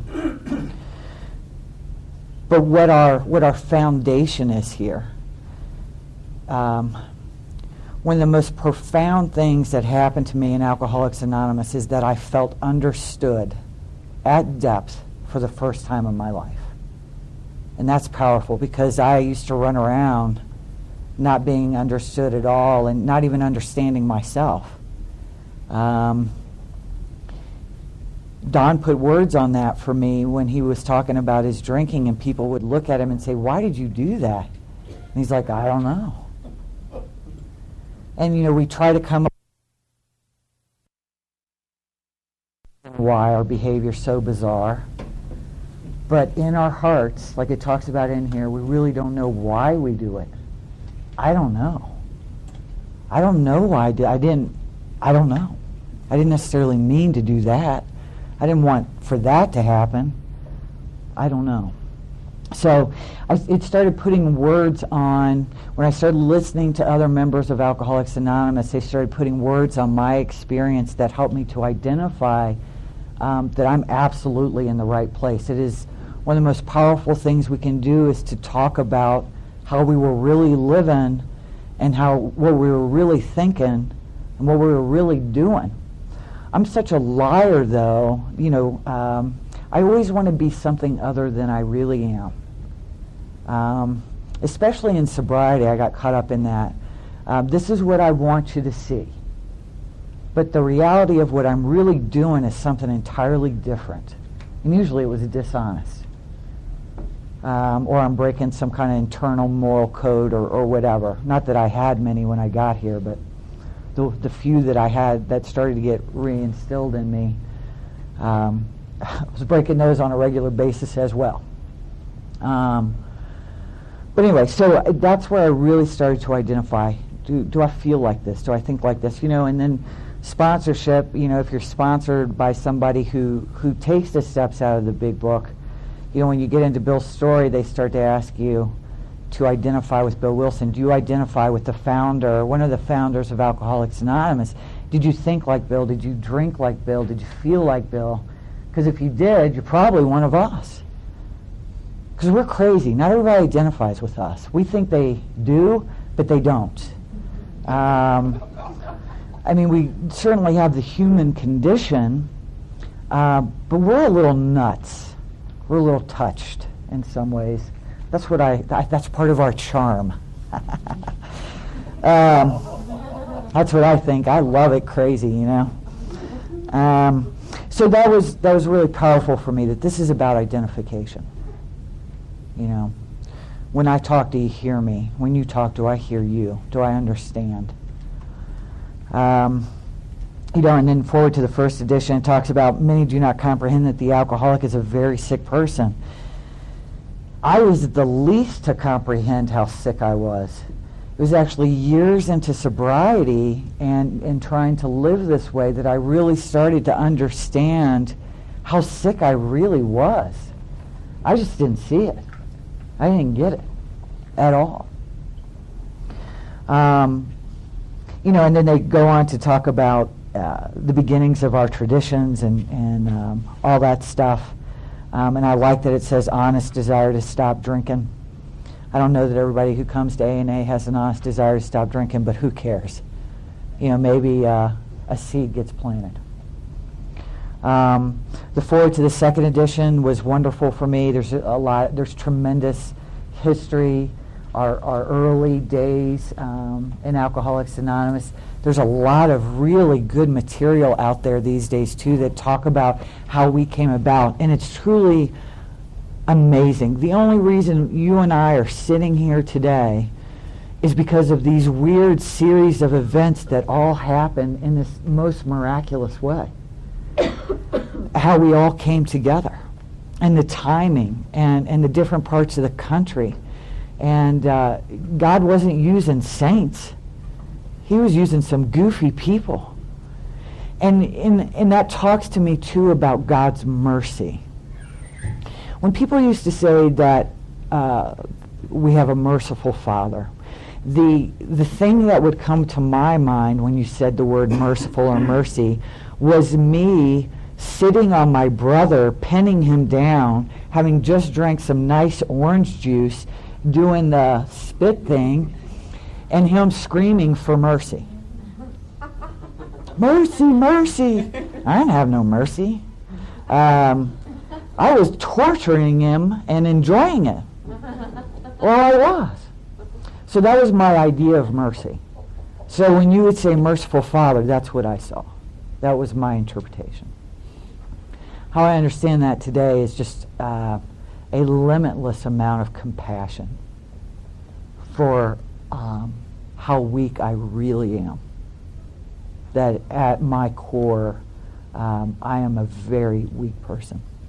That of myself, I am nothing. And I absolutely need God's grace and mercy and compassion. And accepting that and allowing that to happen, well, I didn't allow it to happen, shoot, it just happened, but has given me tremendous compassion towards God's kids. That on my own, I'm just not capable of. On my own, I'm judging you and comparing to you.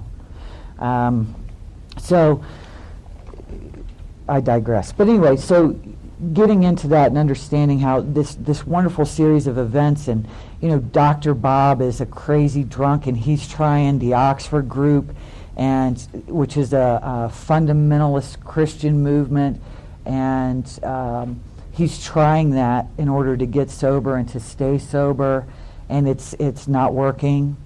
And they're very spiritually active people. And that's not happening.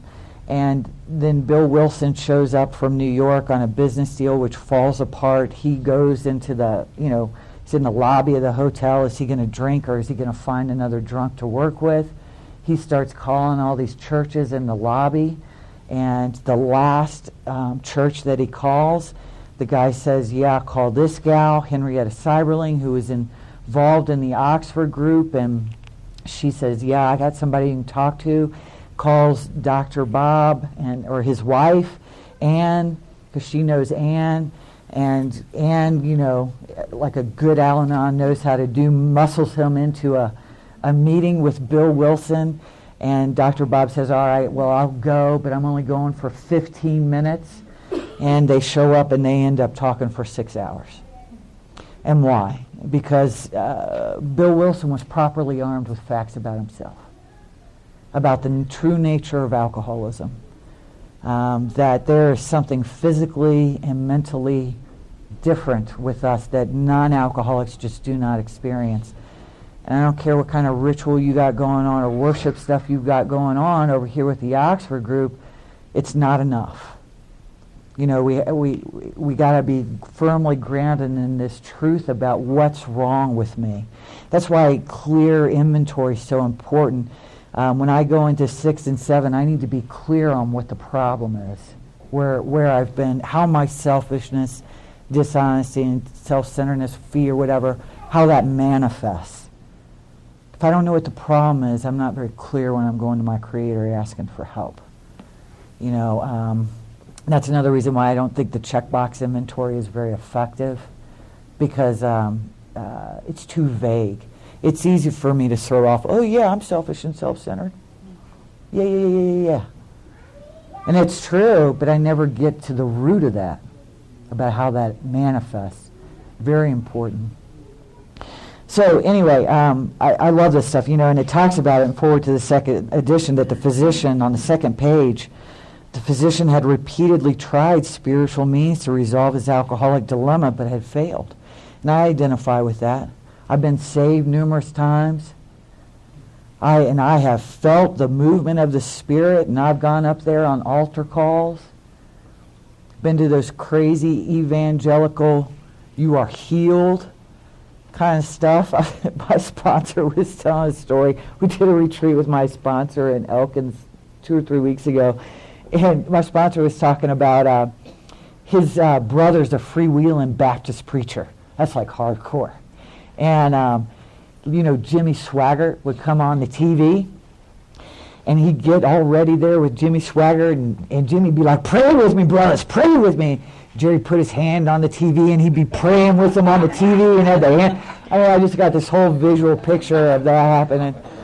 I thought that was hysterical, but I understand that. Desperately looking for an answer. One of the things that I heard Don share one time, he said, I've always known my answer was spiritual in nature. There's been some part of me ever since I was little that has searched for something, that has been on a quest for something. And I've always known it was spiritual. And I can identify with that to a degree.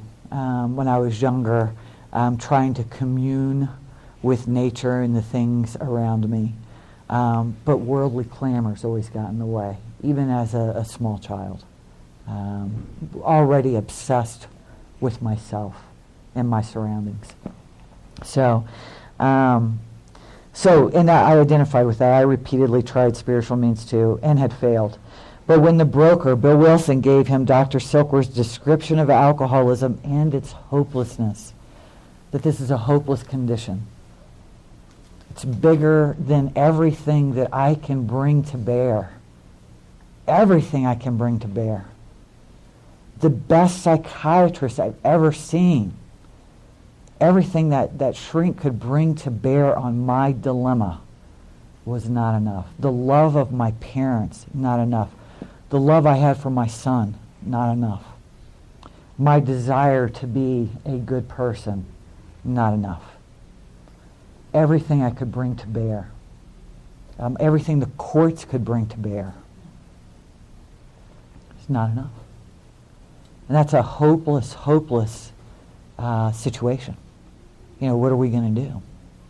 And the crazy thing with alcoholics is we've got another idea that doesn't involve this. There's got to be another way. Maybe if I rebirth, do the rebirthing thing. I loved ACOA. I showed up at ACOA with my little teddy bear, ready. I knew it was their fault. I knew it. They did irreparable harm to me and damaged my spirit. They did. I believe that through and through. It's their fault. Your parents or ACOA? Huh? Your parents or ACOA? My parents.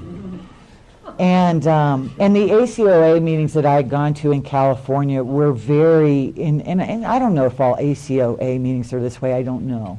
I just know the one that I was attracted to was, you are the victim. It's absolutely their fault and you are just damaged beyond repair. And your life's going to suck because you're so damaged and you will never get over this. And I've had psychiatrists who've said, you've got to confront your past and you've got to confront your abusers. And, and AA is the complete opposite of that. This isn't about them. Where are you wrong? What have you done with it? How have you caused harm? We forgive that. And God knows we need God's power to do that. Because on my own, I like being a victim, because then I don't have to change, and it's always your fault. But it's a miserable way to go. There's no freedom there. So anyway, so when Bill Wilson got the truth about his condition, he starts to pursue this spiritual remedy, this spiritual answer for his malady. That's a strong word, but it's a great word that describes us. Malady is like mental illness. We're definitely mentally ill. I love it in how it works. It says that we come here with grave emotional and mental disorders. We do, or I did. Most of the drunks I know have. They don't come here, with everything intact and seeing the world clearly. We're kind of goofy. And I love what it says. This seemed to prove that one alcoholic could affect another as no non-alcoholic could. it also indicated that strenuous work, one alcoholic with another, was vital to permanent recovery, vital. And that has been the example that has been demonstrated for me by my heroes in Alcoholics Anonymous. Strenuous work with other alcoholics. Active work with other alcoholics. Effective work with other alcoholics. I mean, you can be really busy in AA, lots of activity, but no real action. And what I was shown was effective action. And I've made a lot of mistakes with that, which we'll talk about more later, but that has been I am willing to do that. And actually, I think when somebody wakes up spiritually, they can't not do it.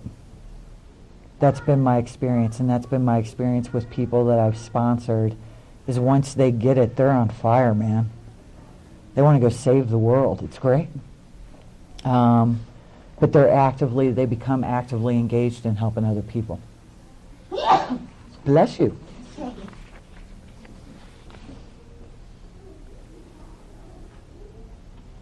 I like on XIX, what is that? I don't know what number that is. Is that 14? 19? I'm glad there's some smart people here. I don't know what that is.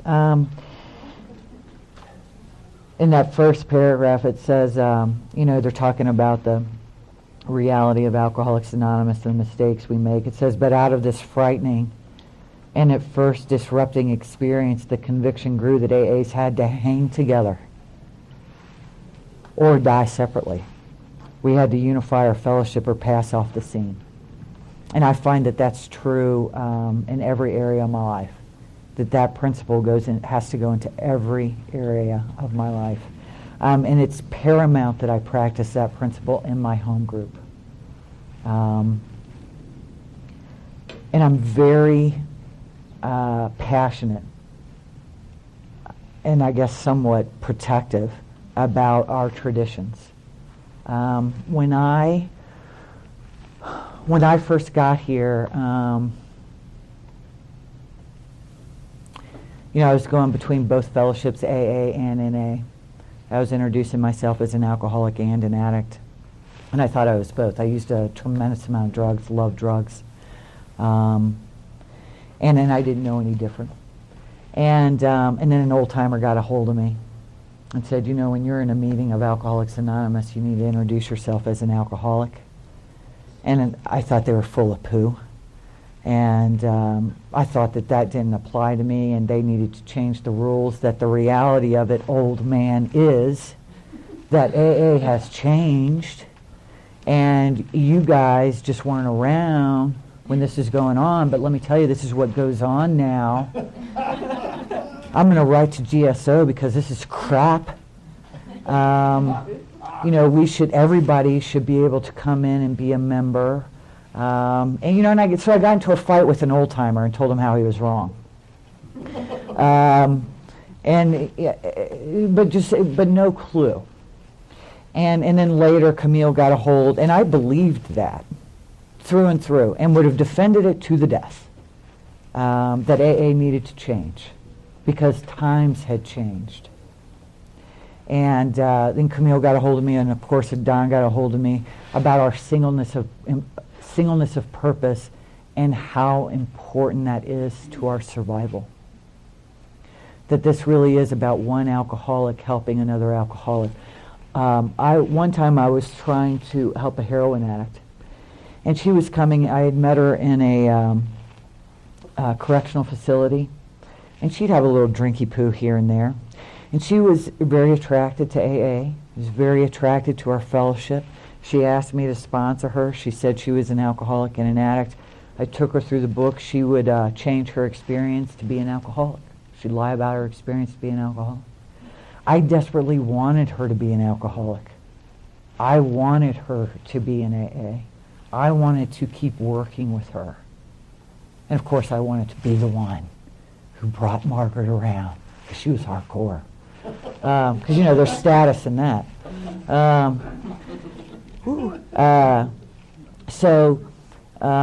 So she couldn't stay here because we'll kill addicts, real addicts.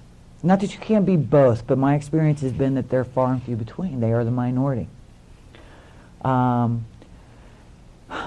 she was a heroin addict, not an alcoholic. There was no alcoholism there. She, with alcohol, could put it down and walk away. She could not do that with heroin. And I was so naive about heroin. She'd come into the meeting, she'd be nodding out. I'd be like, what's going on? She goes, oh, I'm tired. I believed her. Well, you need to get some rest. Are they working you too hard at that restaurant? You know, and she's losing weight, you know, getting thin as a rail. You know, she's got some bruising. She starts just wearing long sleeves. You know, she's walking a little funny because she was shooting up here and got some abscesses or whatever. You know, clueless, because I've never shot heroin. Not a clue. And so I go over to her apartment one time, and I'm going to help her. So we're sitting on the sofa. I'm reading the big book to her, and she's nodding out. Well, I'm reading her the big book. So I called Don. He goes, what the hell are you doing? Get the hell out of there. You can't help her. You have no experience with that. And she was actively in her addiction. He said, ask her if she wants to go to an NA meeting or go to the hospital. That's how you'll know if she really wants help. Because she could call me and I could come over and make her feel better for a little while. And I was only too happy to do it because I wanted her to make it. And I realized I was harming her. So I asked her, do you want to go? And the answer was no. And it was heartbreaking for me. I did not want to leave her apartment, but I left. I've seen her a couple times here and there, but you know, that relationship was done at that point. So this piece that they're talking about we have to hang together is vitally important. And I, you know, have seen alcoholics hiding out in Narcotics Anonymous. So, I mean, we will kill addicts, no doubt in my mind. So I'm very clear on that. My home group is very clear on that. When we have somebody who shows up at our home group that's a drug addict, we don't yell at them. We don't treat them unkindly, because I've seen that happen in AA before. Well, you don't belong here. You go find another fellowship. Get out of here. What are you doing here? I mean, real unkind stuff. Not what AA is about at all.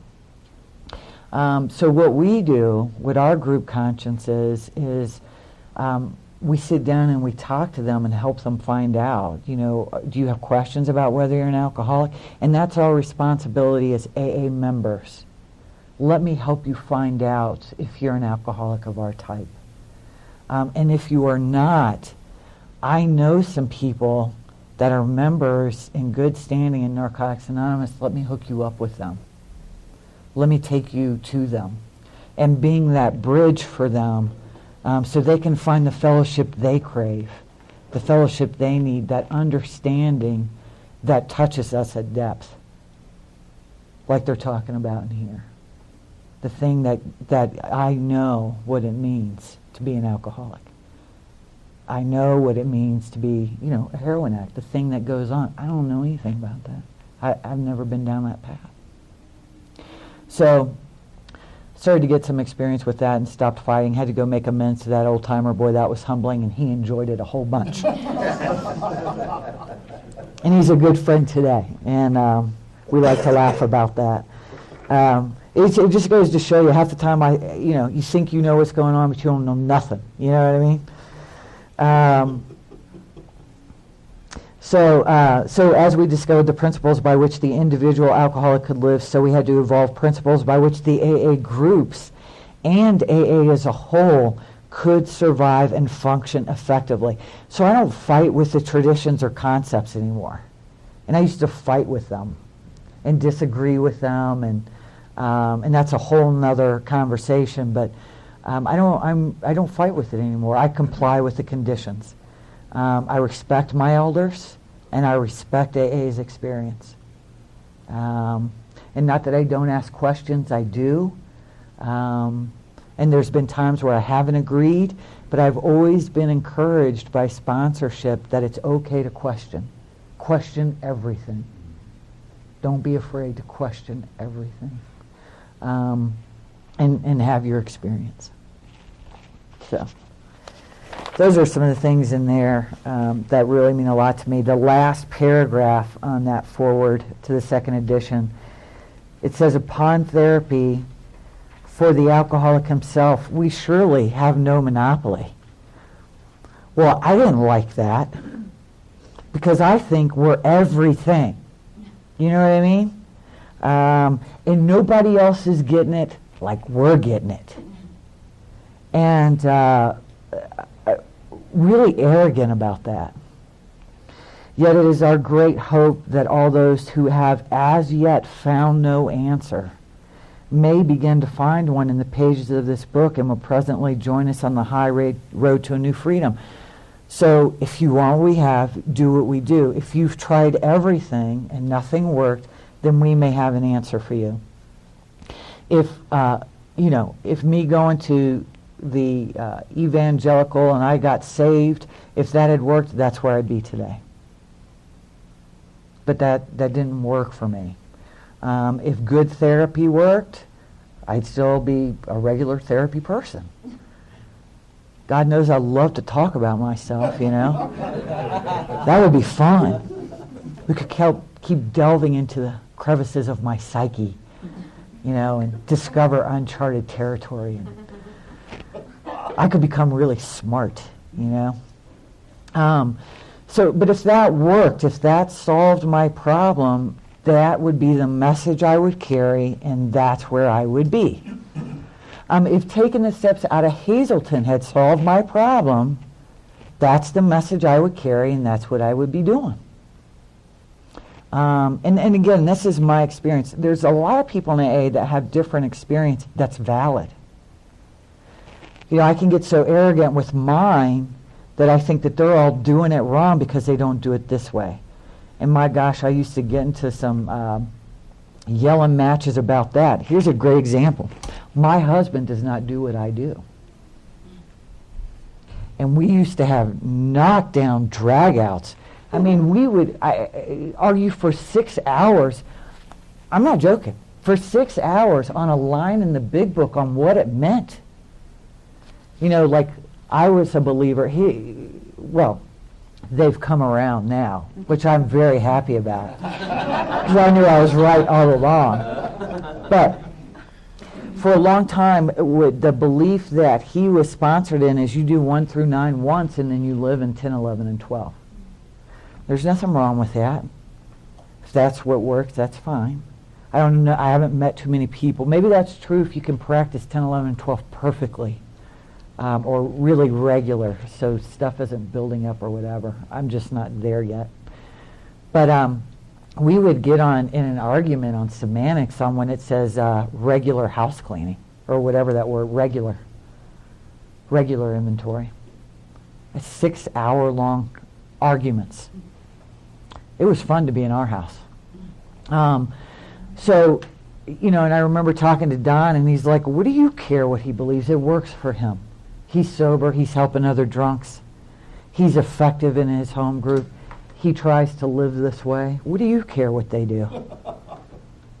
Because I got to be right. And if you don't believe what I believe, then I'm threatened by you. I'm afraid of you. What a bunch of horseshit. So you know, let it go. Not everybody's going to do what you do.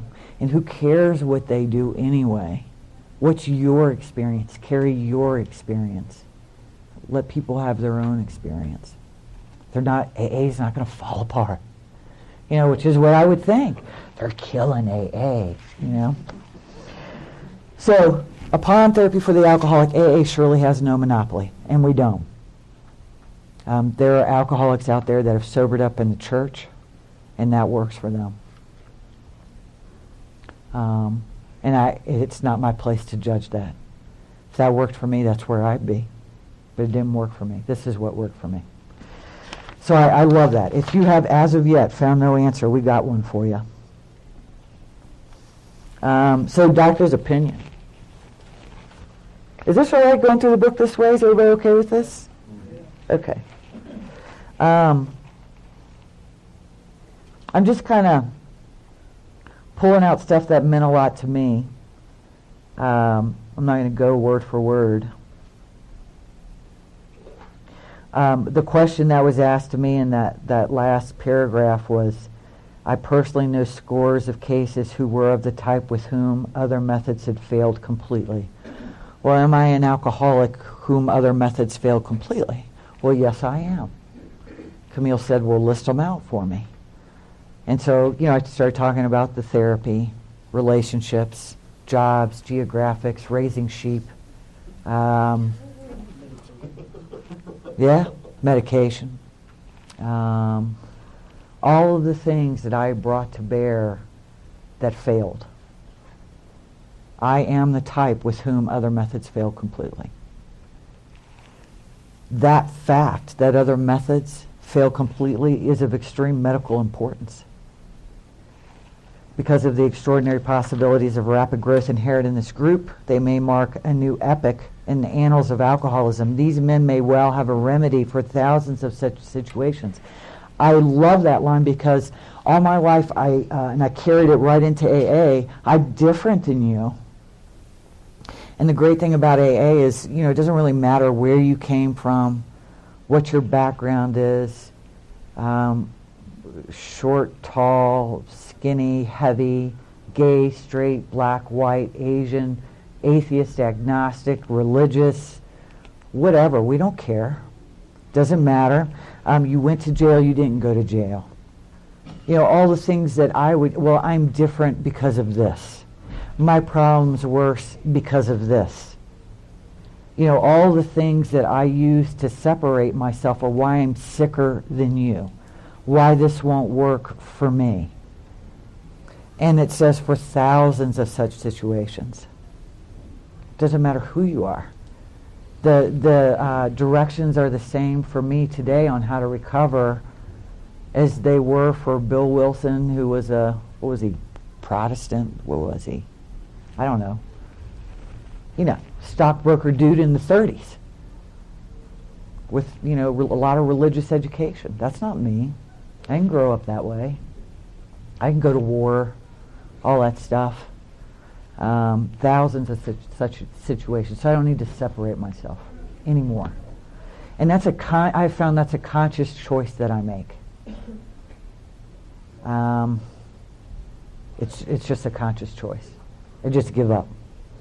So I can rely absolutely on anything they say about themselves. And I was asked, are you willing to rely absolutely on what the directions that they're going to give you? And I said, yeah, because I'm hopeless. Can I close those doors? Because I keep listening to those kids running out there. Yeah, we can open windows.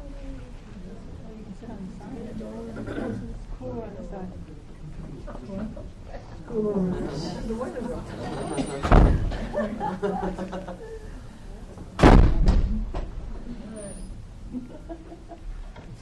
80 degrees here. It's toasty. Thanks.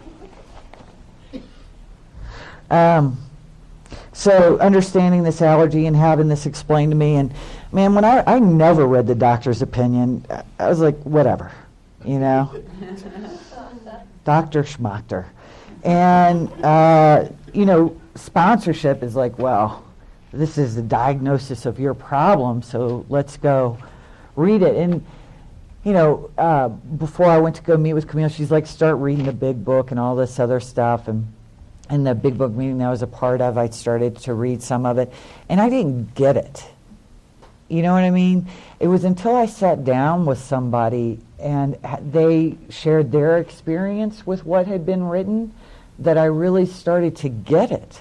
And I was like, oh, that's what they mean. That's what it is. It just brought everything together for me. It was a really exciting time for me in my sobriety. I really started to understand that I belong here. that this is my home. So it says, though we work out our solution on the bottom, it says, though we work out our solution as on the spiritual as well as altruistic plane, we favor hospitalization for the alcoholic who is very jittery or befogged. That was hammered into me. Hammered. I was not allowed to hide out in the big book at all. The expectation was, you get through these steps, I expect you to go find some drunks and help them. They demanded that from me. And they also demanded respectability, which, took a little while. But they demanded that was the condition I needed to comply with. And that is what I have done. And because of that willingness and just doing this, and that being expected of me, that I had to go do it even when I didn't feel like it. And I really understand what it means to be inconvenienced by Alcoholics Anonymous. I mean, that was beat into my head, that you have to get out and carry this message. You can't sit in your home group or in a workshop and navel gaze with this stuff, which is what I like to do, because I love stuff that satisfies the mind. Love it. I used to be in constant inventory with this stuff. I mean, if I stubbed my toe, oh my God, I got to write inventory. I got a little upset with somebody. Oh my God, I got to write inventory. I mean, I was constantly writing inventory. Some of that was good, but it was going overboard. I'd started to navel gaze, and I was starting to use inventory to try to manage my life. And Don said, you got to open up for business. You got to get out of inventory and open up for business, because you're shutting down. You're missing it. You're missing it.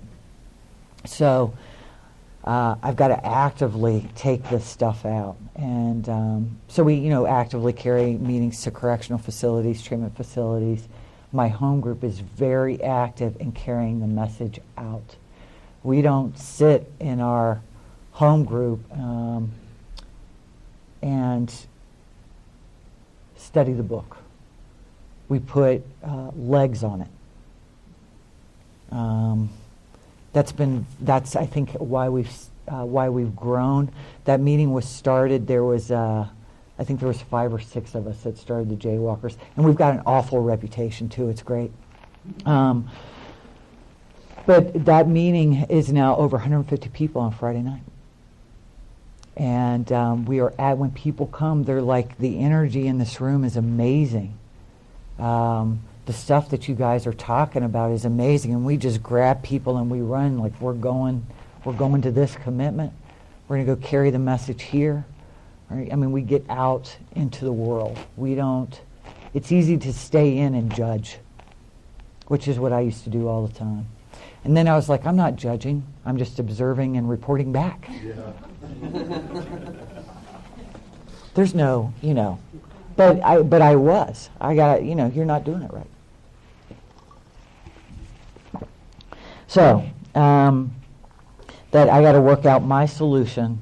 We do this together, and I do it individually on the spiritual plane as well as the altruistic plane. I've got to get busy being of service to other people. And I love the stuff that's in here. I mean, that was like on the next page when it talks about we doctors have realized for a long time that some form of moral psychology was of urgent importance to alcoholics, but its application presented difficulties beyond our conception. What with our ultra-modern standards, our scientific approach to everything, we are perhaps not well equipped to apply the powers of good that lie outside our synthetic knowledge. The first time that was read to me, I heard it, and then Joe Hawk, changed some of those words around in his wonderful way, and it brought it absolutely home to me about human power, that human power is absolutely not enough. And that's why when I was doing that training in that correctional facility on victims' rights, if you're a victim advocate, it's moral psychology. If I help you to understand the consequences of your actions, you won't do it anymore. but that doesn't work for people like us. So when they changed that around, that's some form of spiritual awakening. Yeah. Just wanted to comment on that. I do a lot of correction stuff, Mm-hmm. and actually Lou and I were just talking about this. They do the behavioral modification, Yeah. out there, and they teach it. And in our Big Book group, I tell them, if that works for you, then wonderful, go with that. Mm-hmm. That's great. But if you're like me, that never will. You'll understand all that, but you won't have the power to be able to carry it out. Exactly. And then join us. But try that. Go Yeah. for it. Yeah. And that's so true, the power to carry it out. Lack of power is absolutely our dilemma. Absolutely. God, there's so much good stuff in here. I love this thing, frothy. Love that word. Worthless. It's worthless. Frothy emotional appeal seldom suffices. The message which can interest and hold these alcoholic people must have depth and weight. It must. And that's true. The thing that gets my attention is something with depth and weight. Frou-frou stuff, I don't respond to at all. And that's, I think, too, why Camille she was a mean old bitch, you know what I'm saying? And I heard her because she had depth and weight. And she was just right up in there. She was not patting me on the tutu, telling me everything was going to be okay. She told me the truth. She told me the truth. So I love that word, frothy. And, whether it's coming from myself or other people. I'm going to change. I'm going to be different. It's going to be different tomorrow. Just like what Tom was talking about. I can talk about that all day long, but I don't have the power to do it. I might be able to change for a couple of days. And even in sobriety, I still don't have that power. I remember reading Emmett Fox going, this is the shiznit, and I'm changing. I'm going to start doing this right now. And couldn't do it. I think the best I've ever gotten was a couple of days with that stuff. I don't even have the power to live a good life, a spiritual life. So I don't have that kind of power either. And I used to try to manufacture spiritual experiences. That was fun. That doesn't work. What I've found out is that God's gifts and grace they're just given. It's not something that can be earned. And I was always busy earning it, being a good girl for God, because that's what I thought you had to be. And something that helped me dispel that belief was I realized that when I got sober, when I was given the gift of sobriety, there was nothing redeeming going on in my life at all. Nothing. I was not a good person. I was not a nice person. Not a good person. I was not a nice person. I was leading a very ugly life, and I was given this gift from my Creator, so I don't have to be good for God. At my worst, I was given a gift. I didn't earn it. I didn't do anything. I just asked for help. I was talking to Tom yesterday about a recent experience I had, and it kind of blew me away.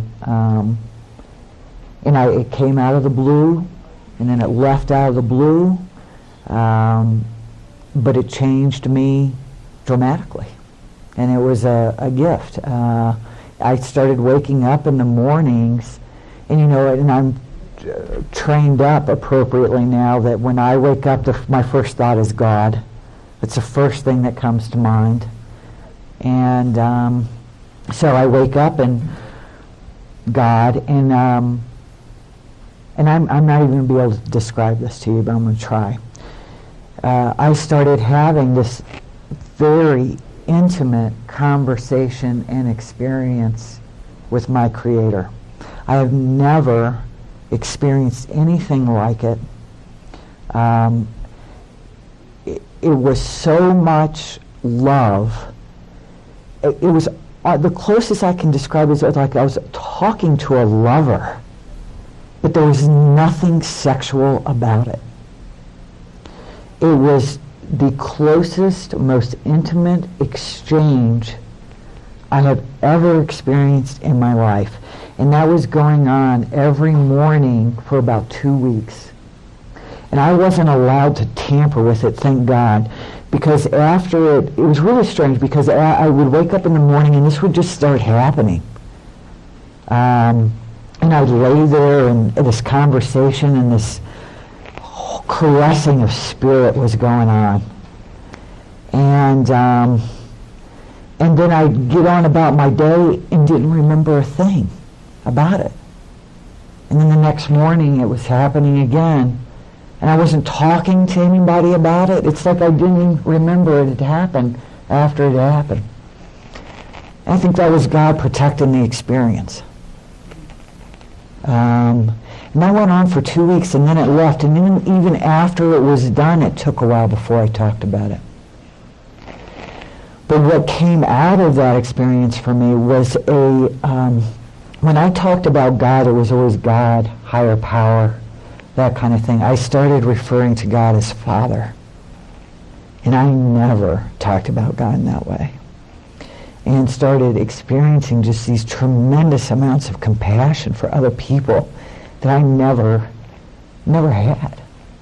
And understanding of our own weakness and frailty and brokenness in all of us. And I didn't ask for that. I mean, I wasn't doing anything different. There wasn't anything that I did that earned that thing that happened. It just showed up. And I wish it's like, was there something magic that I did?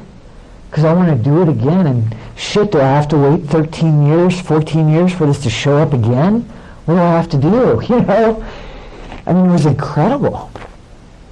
It was the head in the heart, totally, where our Creator is, and it was just unbelievable. So I don't think I have to be good for anything or good for God. I've been given these gifts without asking. And I didn't have to make it happen, which is what I've tried to do all my life. I'm going to make it happen. And just don't have to do that. And it's to me too, it speaks to we just cease fighting. We just live this way. You know, I'm done fighting. I give myself completely to this simple program the best I can a day at a time.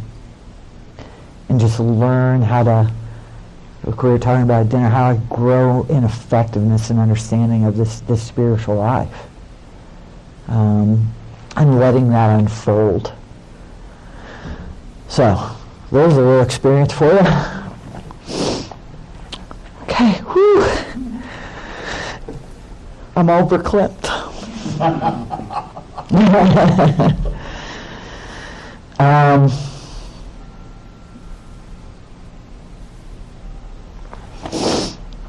So, at the bottom of that, where were we? Frothy. Oh, Frothy, yeah. Are we done with Frothy? Oh, no. I love this promise. This is one of the best in the whole world, in the whole big book. In nearly all cases, their ideals must be grounded in a power greater than themselves if they are to recreate their lives. That's some powerful stuff right there. Recreate your life. I am by nature a very fearful, limiting person. This is all about lack of fear, and this is about going out there and doing your heart's desire and letting your spirit sing, doing what you were intended to do, and you'll be given the power to do it. I love this. This is what has happened in my life. And I didn't believe it at first. I thought it was AA frou-frou voodoo. But I was willing to take the action, even though I hadn't had the experience. You know, it's like, I hear people talk about this happened, it was great, it's great. I want to know that it's going to work out, and I want to know how it's going to work out, and I want to know what it's going to look like, and then I'll do it. And it was complete opposite of that with faith, which is we just do this stuff, and we don't know how it's going to work out, but it's going to be great. And it's because I like to control everything. I want something to do with that, and I will always shortchange myself, always, and I always have. But this is amazing. I've had amazing experiences with this promise. It's beautiful. All I do is ground my ideals, my beliefs, and they say it's a must. If you want rehab, do what we do. Just surrender to it. It's a must. It's a good way to go. Don't fight it. Ground your ideals. Great things will come to pass. And, Don had me write out a vision. I grounded my ideals. What is a vision for my life? What is my mission? And I did that with God. I was very fearful, because I want to rule the world. I really do.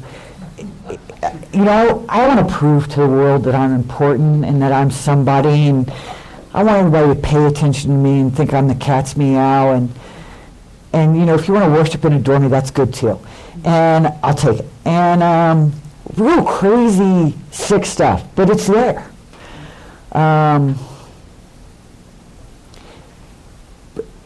But if I'm grounding my ideals, I don't know how to explain it. If I'm grounding my ideals and I'm out there being of service, I have been presented with opportunities to do things and go places that on paper someone like me should not be able to do or go. So this stuff is very true, and the stuff that I wrote out in my vision has come to pass. And it's everything in every area of my life and more. And that can be scary. Don said to me one time, Valerie, alcoholics fear success more than they do failure. And that's very true for someone like me. I think there's some poem out of, I don't know if Nelson Mandela wrote it or something. You know what I'm talking about? What is that poem? I don't know, but it was read at my Marianne Williamson wrote it. Oh, okay. Was it Nelson who said it? He read it. His acceptance. Yeah. Well, like, let your light shine, do not be afraid. But yeah, that. And I'm afraid of that stuff. I can get afraid of it. And we were talking about that the other day. I can be afraid of my own greatness, of what it is that God wants me to do.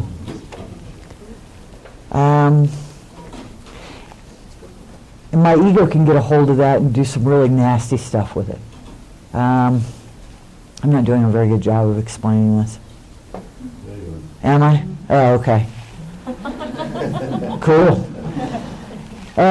So, in some ways, that has scared me. That there's real power here. It can be frightening. I can be afraid of my own light. And it's my hope that I can just continue to be a demonstration and grow with that and not be afraid. And it's kind of funny that I get afraid of that because I've been given the power to take care of and be responsible with what has been given to me and the responsibilities that have been given to me. So why I think it's going to be different, I don't know. But that's something I'll think about at 3 a.m. So, but I love that. That's one of my favorite promises in the Big Book. Well, I don't know if it's a promise, but I've made it into one.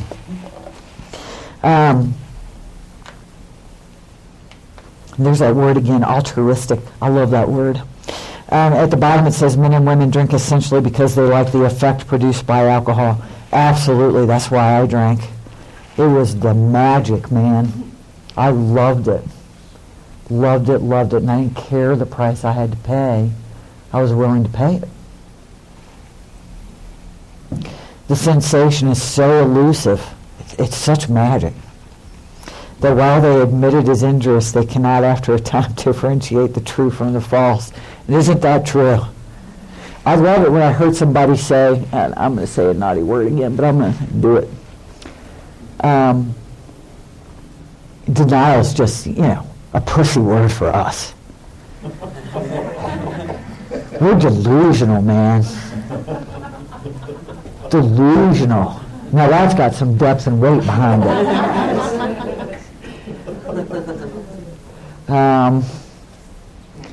And we are. What I think is going on is not what's going on, but I really think it's going on. I really do.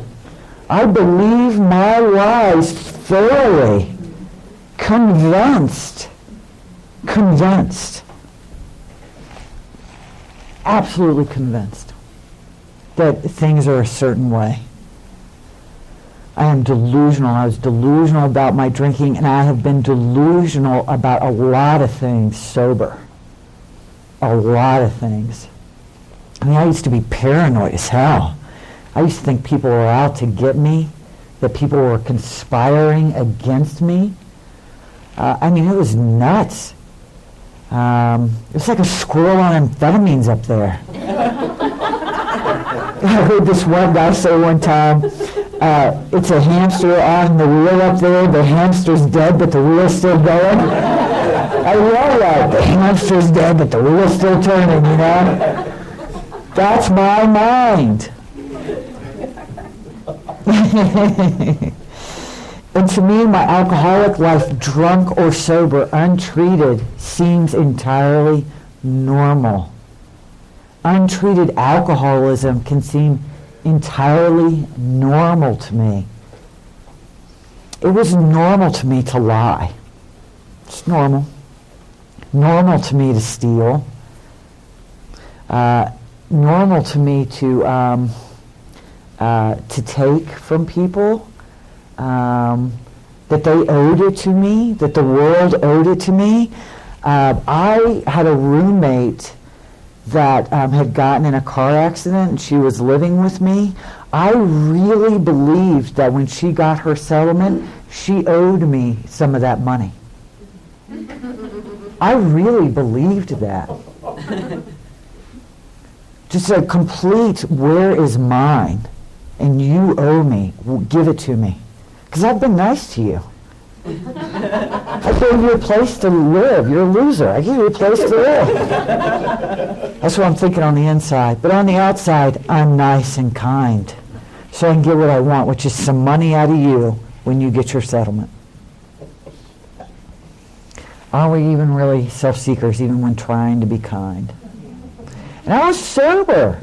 And I believed that through and through. That was the truth. And I'd lived my whole life that way. Everybody owed me something. And if I didn't get it, I was going to take it from you. Did you get your money? No! No. She was actually the last woman to call the cops on me. I had to smack her down. I got a little upset. Had a small temper tantrum. And she actually was at, and I went back and of course made amends to her, and I ended up owing her financial amends.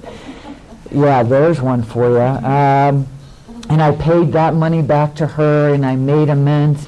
She still, she was in AA for a while, then she was in AA, then she left. Now she's kind of doing Al-Anon. And her life is empty. It's really sad. It's really sad. She is good friends with a guy that's staying with us right now, Will. She's good friends with Will, and last weekend the Winter Night sponsor did a roast for me, and she came. She's terrified of me. And I wish there was something more that I could do. And all I can do now is be kind to her. And it's no problem doing that. But I can see she's got fear all over her. It's heartbreaking. And I was right there with her at a different point. And just how much things have changed in my life and how much hers has gone backwards. So, anyway. So, drunk or sober, on my own, my best devices, I got weird thinking. That's why they say we got to have a psychic change. Because nobody could have talked me out of that belief. No one. I was convinced that it was true. So, good sponsorship is important. Having somebody who tells you the truth is important. But that change that has to happen at depth has to come from a power greater than myself, because no human power can provide it. I've got a woman I sponsor right now who's got a little nasty food obsession going. We all tell her, hey, you need to eat. You're way too skinny. She thinks we're out to get her. She really believes this. When she looks in the mirror, she thinks she's fat. And her clothes are falling off of her. We've done inventory and we've done the stuff, and until she's done with it, there's not anything, doesn't matter how many of us that are around her that know her and love her say, something's not right here. Just like with our drinking. I was told all the time, you got a problem, you got a problem, you got a problem, you got a problem. I didn't hear that. What I heard was something different. And it's the same thing with her and her little obsession that she got going on with herself and food right now. She doesn't hear it. She thinks we're all out to get her. And what she sees and perceives is something that's a lie. But she's delusional about it. So it's powerful stuff. Have to have a psychic change. I cannot produce that. I cannot bring that on. If I could, I wouldn't need a spiritual way of life. If I could produce that on my own. I wouldn't need you people. I wouldn't need these steps, these exercises. I could just poof myself. But I can't poof myself. And that's what it talks about. One feels it's something more than human power on the next page.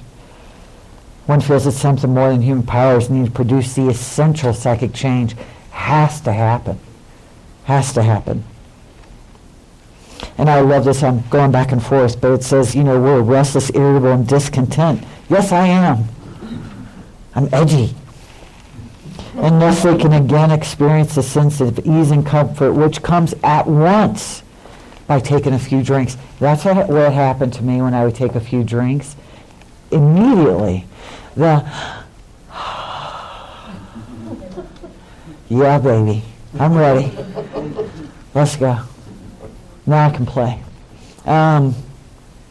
Sober, since alcohol isn't there, not going to take medication, not going to do marijuana maintenance or whatever. Where do I find my sense of ease and comfort now that I'm sober? Thank you for listening to Sober Sunrise. If you enjoyed today's episode, please give it a thumbs up, as it will help share the message. Until next time, have a great day.